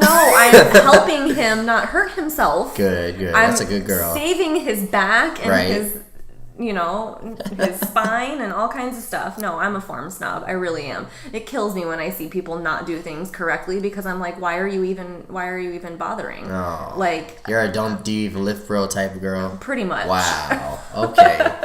That's pretty funny. I don't know. It's a big passion of mine, and you definitely seem like you're very happy every time I see you doing it. You seem like you're happy. There's something about pushing yourself past a barrier and like realizing like, oh, I can do that. Wow. And I remember I watched a video of this girl doing like CrossFit, and this was like before CrossFit was even like a thing. It was just some chick in a gym, and she started doing pull-ups, and then she moved and she went to a heavy bar and she started lifting, and then she did some push-ups, and then she did some, I was like, and I just wanted to be able to physically do those things. And I just made a decision, like, one day I will be able to do pull-ups, one day I will be able to do push-ups. Like, I'm gonna be set your goals physically fit, and I knew I wanted a certain like type of physique, and I knew I wanted to look a certain way, and I knew I wanted to be strong, and I've made it a reality, and that's awesome. It makes me very happy. I've seen those before and after pictures. You definitely, congratulations on the body. I don't know if a lot of people congratulate you, but yeah. You've worked for it, and you've made it. Now you, motherfucker, what you got planned next? I got a small bladder, apparently. If y'all ain't know, this man's been in the bathroom twice, and me and Mikaela been like, what's wrong with this guy? I'm so hydrated all the time. I had a lot of pee in there. She's going now. I got the strongest bladder in this room. I'm the man. Y'all can work out all day, but my bladder's on fleek. I was going to see my dog. Oh, okay. No, I did want to talk to you, like, without if you guys do want to hear a debate between me and Ian on like the whole DC MC like Marvel universe, it's on his page, the Intellectual Controverse, and it was a good one. I think we actually both learned from each other. I admit that completely. I learned something about a scene that I had been very critical of that he informed me on, and I think I not converted him, but actually turned your eyes to a little bit of like, oh, okay, maybe that'll work kind of situation. But I think you're right.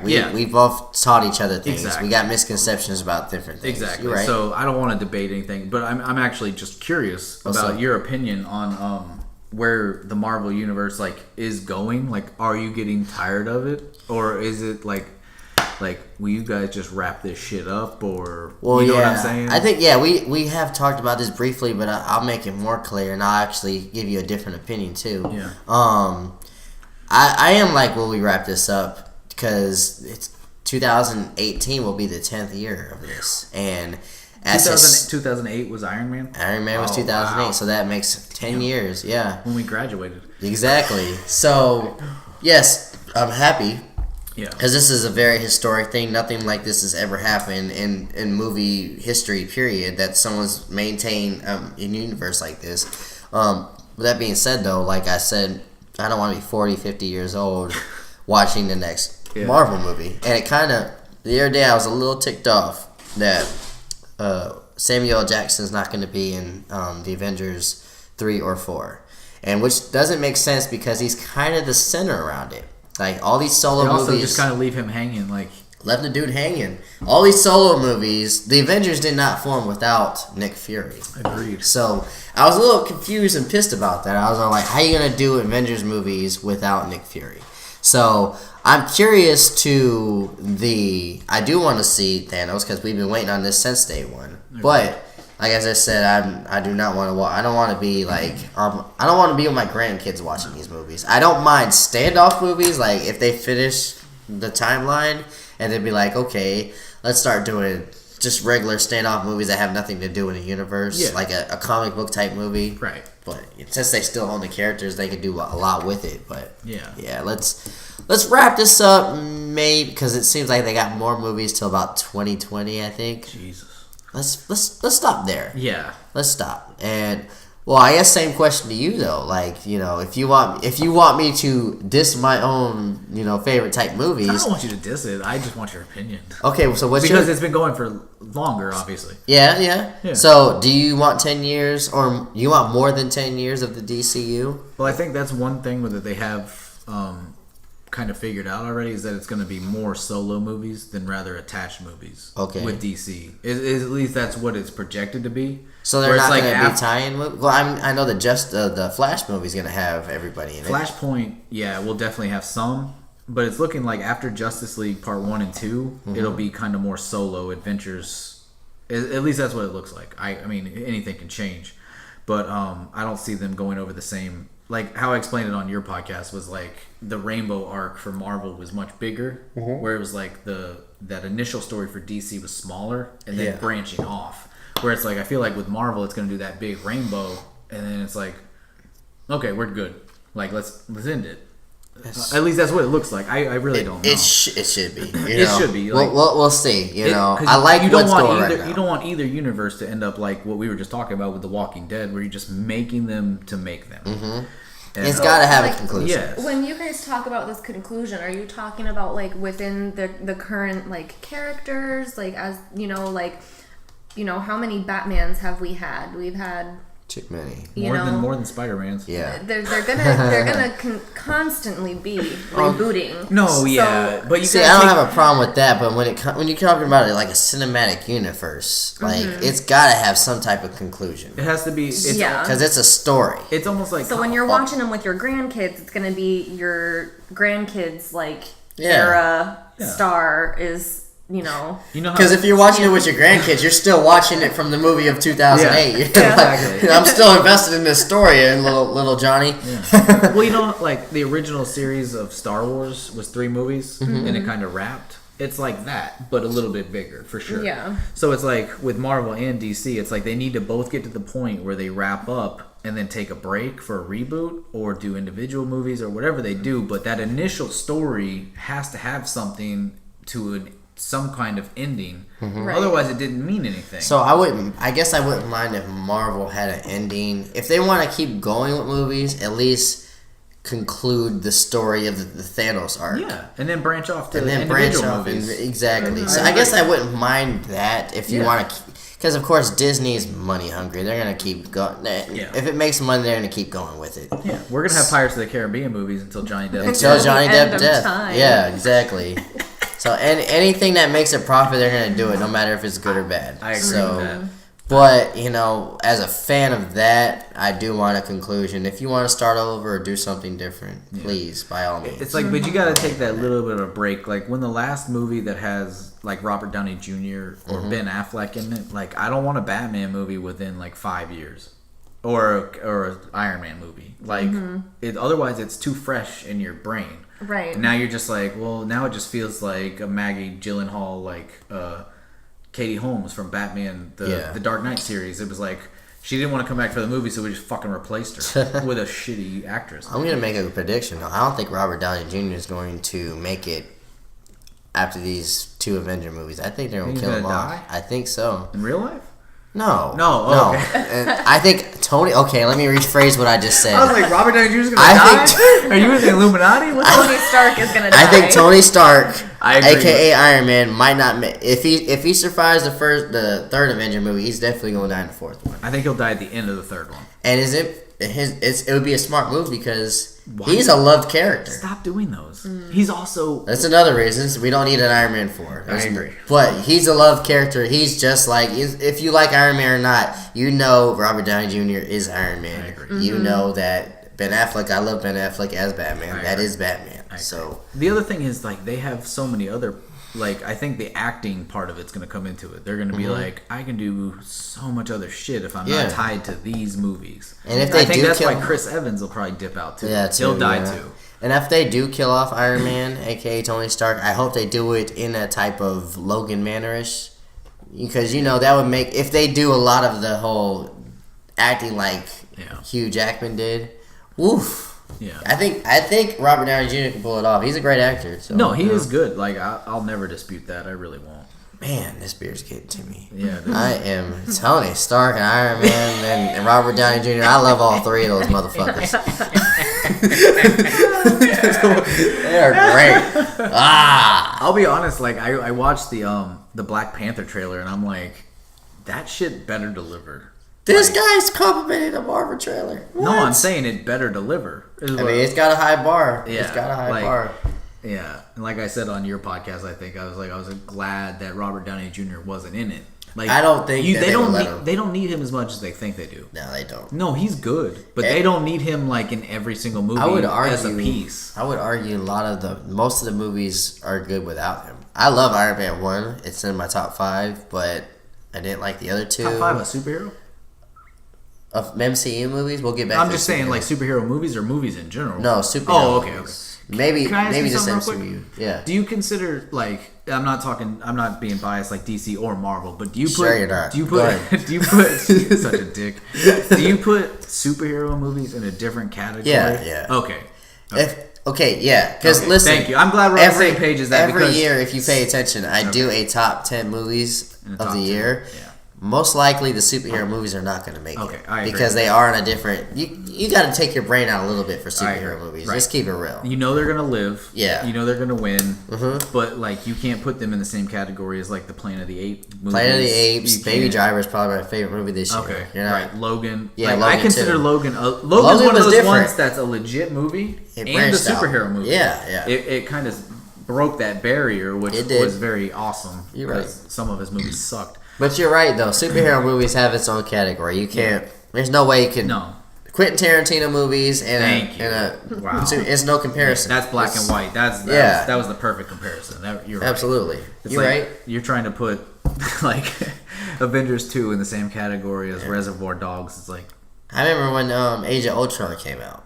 And my friend Davis wanted to say that Age of Ultron was one of the best movies this year. And that was a movie that a lot of non-superhero movies were pretty good. And I was like, Davis, get out the fuck out of my post with this shit. That shit looked like a carbon copy of the first one. What are you talking about? Yeah, you got to put them into that category of it's a comic book on screen. Whether it follows it or not, it's not gonna surprise you. And this is in one any thing kind too. Of crazy way. Anyway, I've been meaning to have this conversation with you about comment sections on Facebook. People get so mad when things are not comic book accurate. So, do you think that a movie has to be 100% comic book accurate because it's a movie? They're doing their own take on it. Not everything's going to be 100%. I agree. I would say I agree 90% of the way. But when you change people... Talking about gender and race and all that, that's a different subject. No, I'm not even getting into that. I'm talking about... The main one I can come up with is Arrow. Okay. Green Arrow is one of the most fun, charismatic, goofy, like, characters that's ever been created in DC, Marvel, whatever. When they made that show, they were like... How can we put Batman on here with a bow and arrow? That's too much. I got you. With like small changes is one thing. Small story changes is one thing. Like I can get past all of that. But if you change the core of the character, it kind of pisses me off. Okay, so this is an argument I would have for you, and I'll have both of you in this conversation. What's your version of Batman? Without hearing his version, what is your version of Batman? My version of Batman. How would you make Batman? Look, okay, so the Batman that like sticks out to me the most from my childhood is Keaton. Mm-hmm. To me, that's Batman. But I never read a Batman comic. I only saw Batman movies. Very recently watched some of the cartoon. Okay. You know, like Under the Red Which Hood and animated stuff movies like that. can really bring in a piece to that you weren't thinking about. For me... So you're pretty much saying like if you directed a Batman movie, it would be based off of what Michael Keaton was, kind of. Well, I mean, not necessarily. If I was going to direct a Batman movie, I would probably go to the source. Okay. The original source, which is the comic books. If I was going to create the character for myself and bring him to life, I would go to the original source. I wouldn't go to what somebody else made Batman to be. I would go to Batman's had a lot of changes in the comics book. This is true, but I would have to pick the one that I wanted. So that kind of makes my argument a little bit because you're like, I would pick the one that I wanted because I just said there's been a lot of changes to Batman in the comic. So who would be your Batman? Like if you directed a Batman movie, what take of it would you do? Would you do it a comic book? Would you do a certain movie? Would you do the animated series? I like a nice mixture between what Bale brought and what Affleck brought because you have to have the tortured guy, that guy who watched his parents get killed. That like, of course, he puts like his mask really is Bruce Wayne. It's not Batman. He is Batman, but the mask is now Bruce Wayne. He's pissed off all the time. He's mad. He's regretful that he had to sit there and watch his parents die while he was helpless. So his whole life has been put into this pursuit of like, I'm not gonna let that shit happen anymore. Right. But he's also gone through trauma and shit. But he also has a code. Like he's more complex than people give him credit for. Like he's like, I want justice, but I'm not gonna kill anybody. Like there's other heroes that'll just shoot people. Like they really don't care. But like It's a very complex character. So she said Keaton and the comics. You pretty much said Affleck and Bale. Yeah, I think it's a good mix between. My answer is always 100% going to be a little bit mix of the comics, but the animated series 100% of the time. That's a good one. So we got 3 different answers about one person. Yeah. That shows whoever's doing the next directing of the Batman, which is I think the guy from the Planet of the Apes is going to direct it. Matt Reeves. Who knows what his interpretation of Batman is? Mm-hmm. So that's my argument with people on the comment sections when they say stuff like, "Oh, you're ruining my childhood." But there's so much versions of this comic book character, and you, as an artist, you want to throw in your take as well. So I think people need to chill out a little bit when it comes to that. Like but the people, there are similarities, I think, in all the Batmans. Yeah, like Brandon said, he doesn't kill people. Yeah. You know, like he. Did Brandon say he didn't kill people? No, I didn't. No. I'm just saying. Well, you said like that's his character though. Like I want justice, but I don't want to kill people. Right. Maybe he does kill people, but he doesn't want to kill people. No, I'm agreeing with you. It's just that the DCU one does. But go ahead. He just doesn't. Want to admit that Captain America was like, "You're dead." You're dead. There are things that make Batman Batman, no matter what universe, comic book, movie, whatever you pluck him out of. There's some similarities in all of them. There's things that make Batman Batman, and I think the same is true for other characters too. And when you remove that, suddenly it doesn't make them, they're not that character anymore. I think is why you have beef with Arrow and right, because they took away his core. They didn't change like little things. They changed his whole personality. Mm-hmm. It's like anytime you go through Batman, he might have moments where he's goofy and stuff like this and stuff like that, but at his core, I think he's mostly been the same way. He's a detective. He's smart. He can fight. He like, I don't know. It's you can't.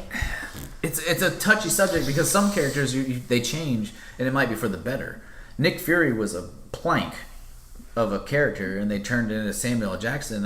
I enjoy that. Yeah, so it's that's hard for me that's a 360 right there. What it used to be. Completely agree. They had a David Hasselhoff movie. Exactly. So I think we can all agree that Samuel L. Jackson, no matter the race of the original comic, was a better than David Hasselhoff. I agree. Talking about Baywatch with eye patch. Get out of here.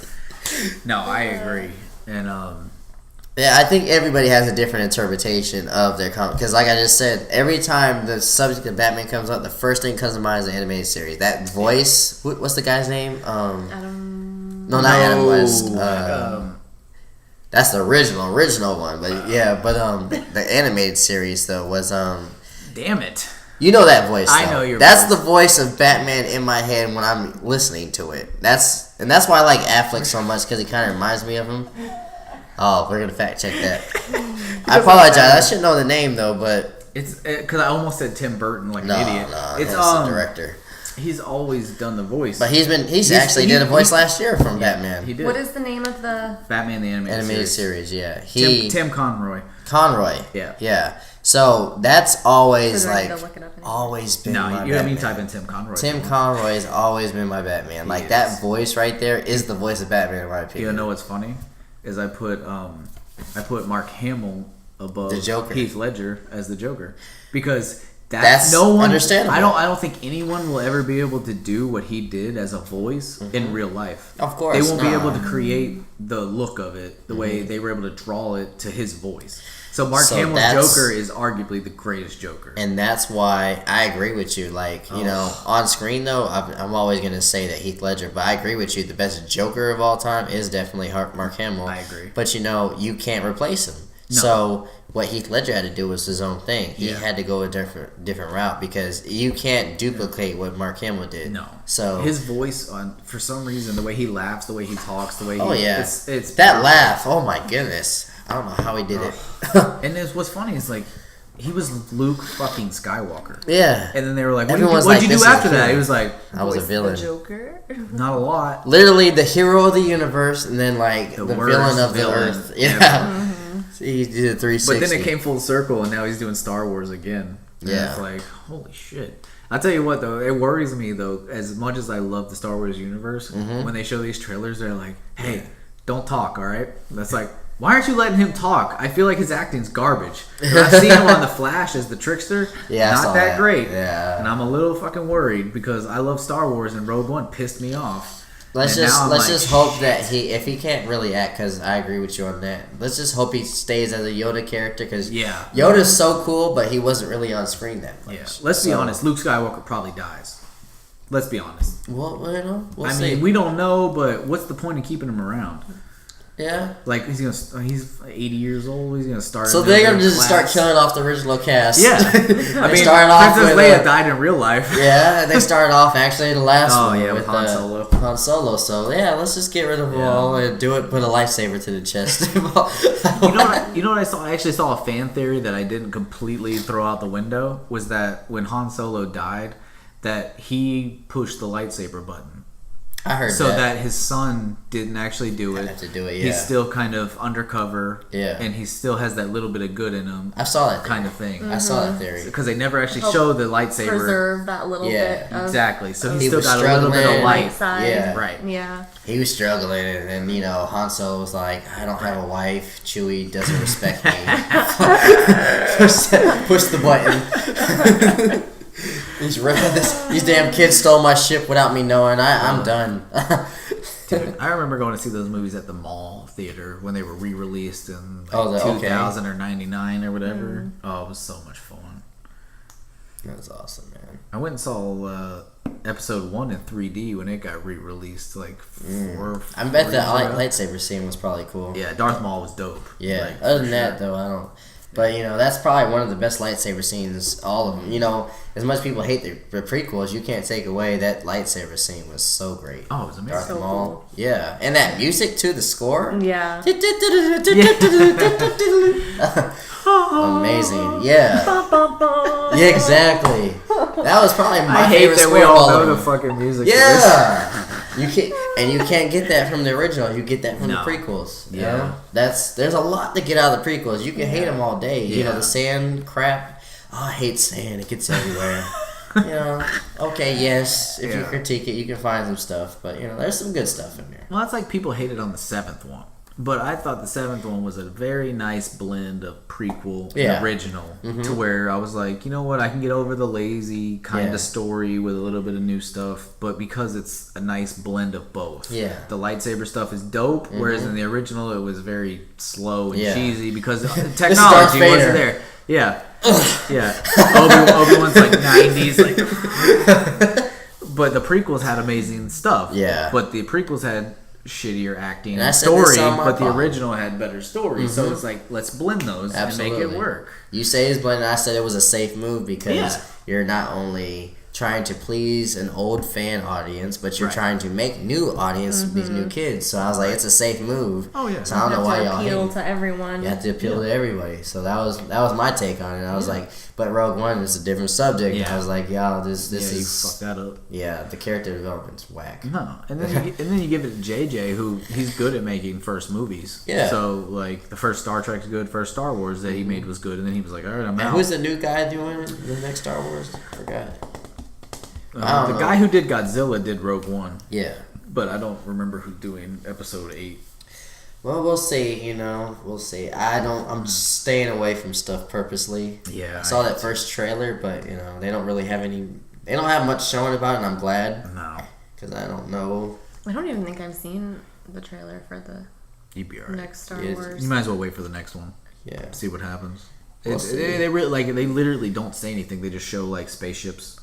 Dude in a coma. I'll always enjoy Star Wars. It's just fun. Yeah, Star Wars is fun. It's just fun. I wish we could live life in society like Star Wars. Like, they're not worried about well, I guess they are worried about political stuff. But it's on such a grander scale. Yeah, I guess we could. I forget what I just said. But they're not worried about racial stuff. Though. Yeah, no, I agree. Political stuff they are worried about. Yeah, because it's different species everywhere you go. Nobody gives a fuck. Yeah, you got a damn talking carpet.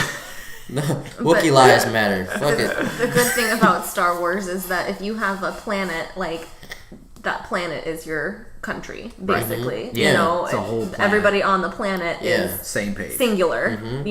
That's your planet.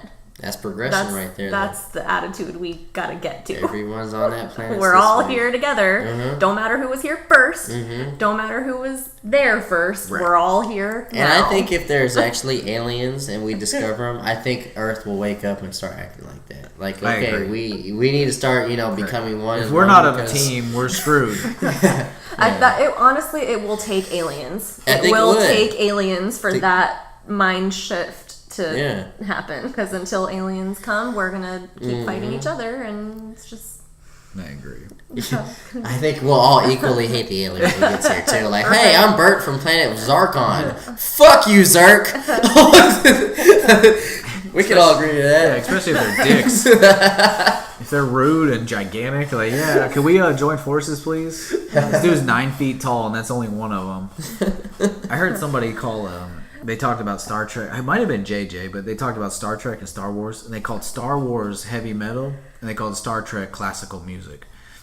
And they were saying like Star Wars is like loud and lots of action, and like Star Trek is more like almost like submarine warfare. Like that's kind of I would agree with that. They're similar but different. You're right. Right. And I love them both. I love Star Trek.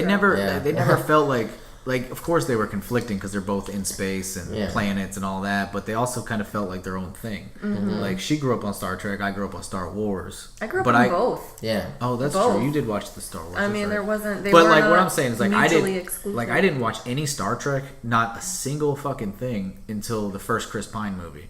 Like that was my first Star Trek experience, and it was still pretty cool. Yeah, it's not a bad first start. No, Star Trek. I mean, they went downhill after with that. The casting and yeah, stuff. right. Yeah. I remember I really liked the first one. It was pretty cool. Yeah, that's funny though. I liked the first one. I didn't really like the second one. I liked the third one. You guys didn't like the third one. I thought third one was up. Right. I liked one, and then two was a little bit, and then third was like. I think two. They threw Idris Elba's a great actor, and they just kind of like made him a. I don't disagree with that, but I like because the TV show they made a lot of this. It felt like a big TV show. The third one, it felt like one big episode. I like that they focused on one mission on the whole episode, as opposed as the other two was bouncing around. So that's why I did like it. It reminded me of an episode of the actual TV show. Right, where they end up, they're on a planet, they got a mystery to solve, they solve it, and then they get the hell out of Dodge. And they started mixing up characters that weren't really together a lot, so I like that too. Yeah. So that's why I liked it as a character thing. I could see where you're talking about Elba though, because it seems like they do that with the MCU too. They kind of waste him. He's a very good actor. He was probably one of the best villains I've ever seen, like in Jungle Book. Oof, great villain in Jungle Book. It's like when she started watching the original series, like I watched a couple episodes, and I was like, this is like intergalactic fucking Scooby-Doo. It really is! That's the perfect way to describe it. Oh my god. We got a mystery to do on planet Zarkon. Yeah. Yeah. It really is though. But it's like, don't you fucking love Scooby-Doo? Who doesn't like Scooby-Doo though? Come on, man. She's right about that. I remember the episodes where they would have like a famous person join the gang. Yeah. That was the greatest episodes ever. Like Sonny and Cher joined the gang. What? The Globetrotters. Yeah, the Globetrotters. Remember when Johnny Bravo had an episode with them? Oh, that's right. That was too funny, man. Dude, Johnny Bravo. The most sexist douche ever. I made a cartoon. See, I made that post. I was all like, it's all about perspective. Johnny Bravo was a womanizer, a pretty much molested women, but the women fought. They were like, fuck you, get off me. And they fought. So it's all about perspective. They were teaching boys to molest women, or they were teaching girls to stand up for themselves. Right. I guess it depends on which one you take out of that. You're good. You take, Either way, the show was awesome. Yeah, I loved cartoons are much different these days. Yeah, they're weak these days. Well, there's nothing to them. I think that's why you have so many comedians going to making animated shows, is because you can push the boundaries a little more of what you can say and do in a cartoon, and you can kind of test. Like, how much can I get away with? Yeah. And if they get away with that, they can say it on stage. Right, that kind of thing. Because, like, we have Tosh with Brickleberry or whatever the fuck that is. Okay, you got, Family Guy, American Dad. Rick and Morty. Have Rick, all these, That's pretty funny. You do a cartoon. It's like, what can I say? What can my animated character say? And And what can I get from it? Yeah. You know, like, is it funny because it's a cartoon, or is it funny because it's actually funny, and does it translate into real life too? True. Like, it's a different way to kind of play with the Yeah. variables, you know. What sucks about adult cartoons, or I don't want to say adult cartoons, but like animated shows that are geared towards adults, is they don't get enough fucking credit. The writing on those things is phenomenal. Oh, yeah. Like, I've just recently gotten into Rick and Morty and watched, like, I'm watching the current season, and it's so funny. And it's like, it's about a scientist, so like the way he talks, like, it takes work to write these shows. It's like he's talking about like scientific like problems and stuff. It's so much deeper than people will ever give it credit for, because it's just a drunk guy with his grandson. I wonder how like actually expensive it is to like produce an animated cartoon. Well, I remember hearing Like, Seth Rogen say about Family Guy, it takes him like Seth almost MacFarlane? Yeah, McFarlane. Did I say Rogen? Yeah. My bad. I remember Seth MacFarlane saying it took like almost a year for an episode. And What? yeah, and that means that they're working on the same episode a day. Like, yeah. I mean, they're working on the whole season the same time. This beer's getting to me, but like the whole season takes a whole year to do, so they work on like all the episodes, and like at the same time that they're doing it. Wow. That's just for Family Guy, so I don't know what Same I'm. production. And Family Yeah. Guy's Yeah. not even, like, I would say Rick and Morty's more detailed and more crazy than Family Guy. Like, they go to different dimensions and draw all kinds of shit. But Did y'all like the Boondocks? That one was. I've pretty watched good. a couple episodes. It was pretty funny. If you Doesn't if you Sam look Jackson up on that show? Sam Jackson has a part. That's right. He does like a recurring role. That's right. He's like he plays a white gangster. It's so funny. But he brings back that line from Pulp Fiction where he's all like, "Say what again, motherfucker?" But that show's funny. If you ever have the chance, look up a Date with a Booty Warrior. It's the most funniest thing ever. This black guy that's really really white acting. He goes to jail for a scare straight, and the people in jail try to rape him. It's so funny. One of the funniest things you'll ever see.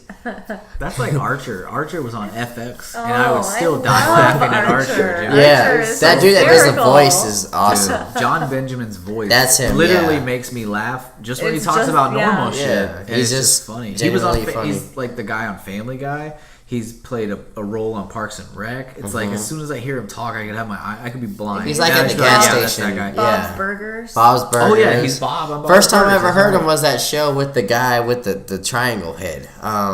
He was like a coach. It was on Cartoon Network. Home Movies. Y'all never saw Home Movies? I remember who you're talking about, but I didn't watch the show. Yeah, it 'Cause was it was stupid, like but the I remember PE his coach, voice. right? Yeah, he was a Okay. coach. Okay, The yeah. show was stupid, but I remember his Right. voice, and I was like, this guy's got a funny voice. Fucking triangle head. Yeah. How long is this pod, man? We got like 5 hours, right? 3 hours and 45 minutes. No, I'm just kidding. We're coming up on an hour and 50. Okay, cool, Yeah. man. I was wondering, like, after just talking, I was like, we've been talking for a good minute. We're 6 beers deep. We're 6 beers deep, man. But- Yeah. All right. Well, I think that's a good place to wrap. Man.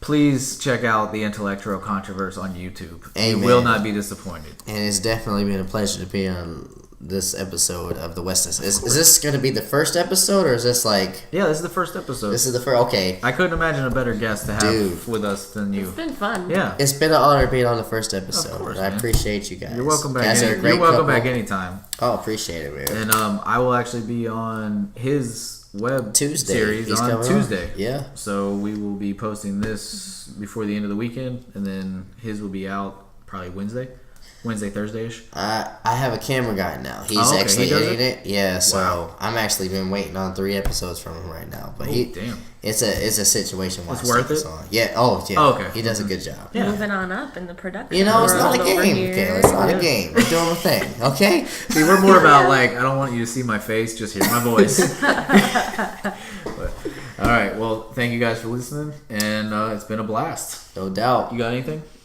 If you want to follow me on Instagram for Yeah. some Fitspo, Yo, Pump Pixie on Instagram. Pumped Pixie is where it's at. Yo, she is the future rock. Dwayne the Rock Johnson with a vagina. It'd be Yes. the mini rock. Yeah, The mini rock, yeah. She's the pebble. Look out. I don't want to fight with her, man. Oh my She's God. She's in it. She's it, man. Congratulations, Brandon. You got the right one. All right, it's been a blast, guys. All right, peace, man. Night.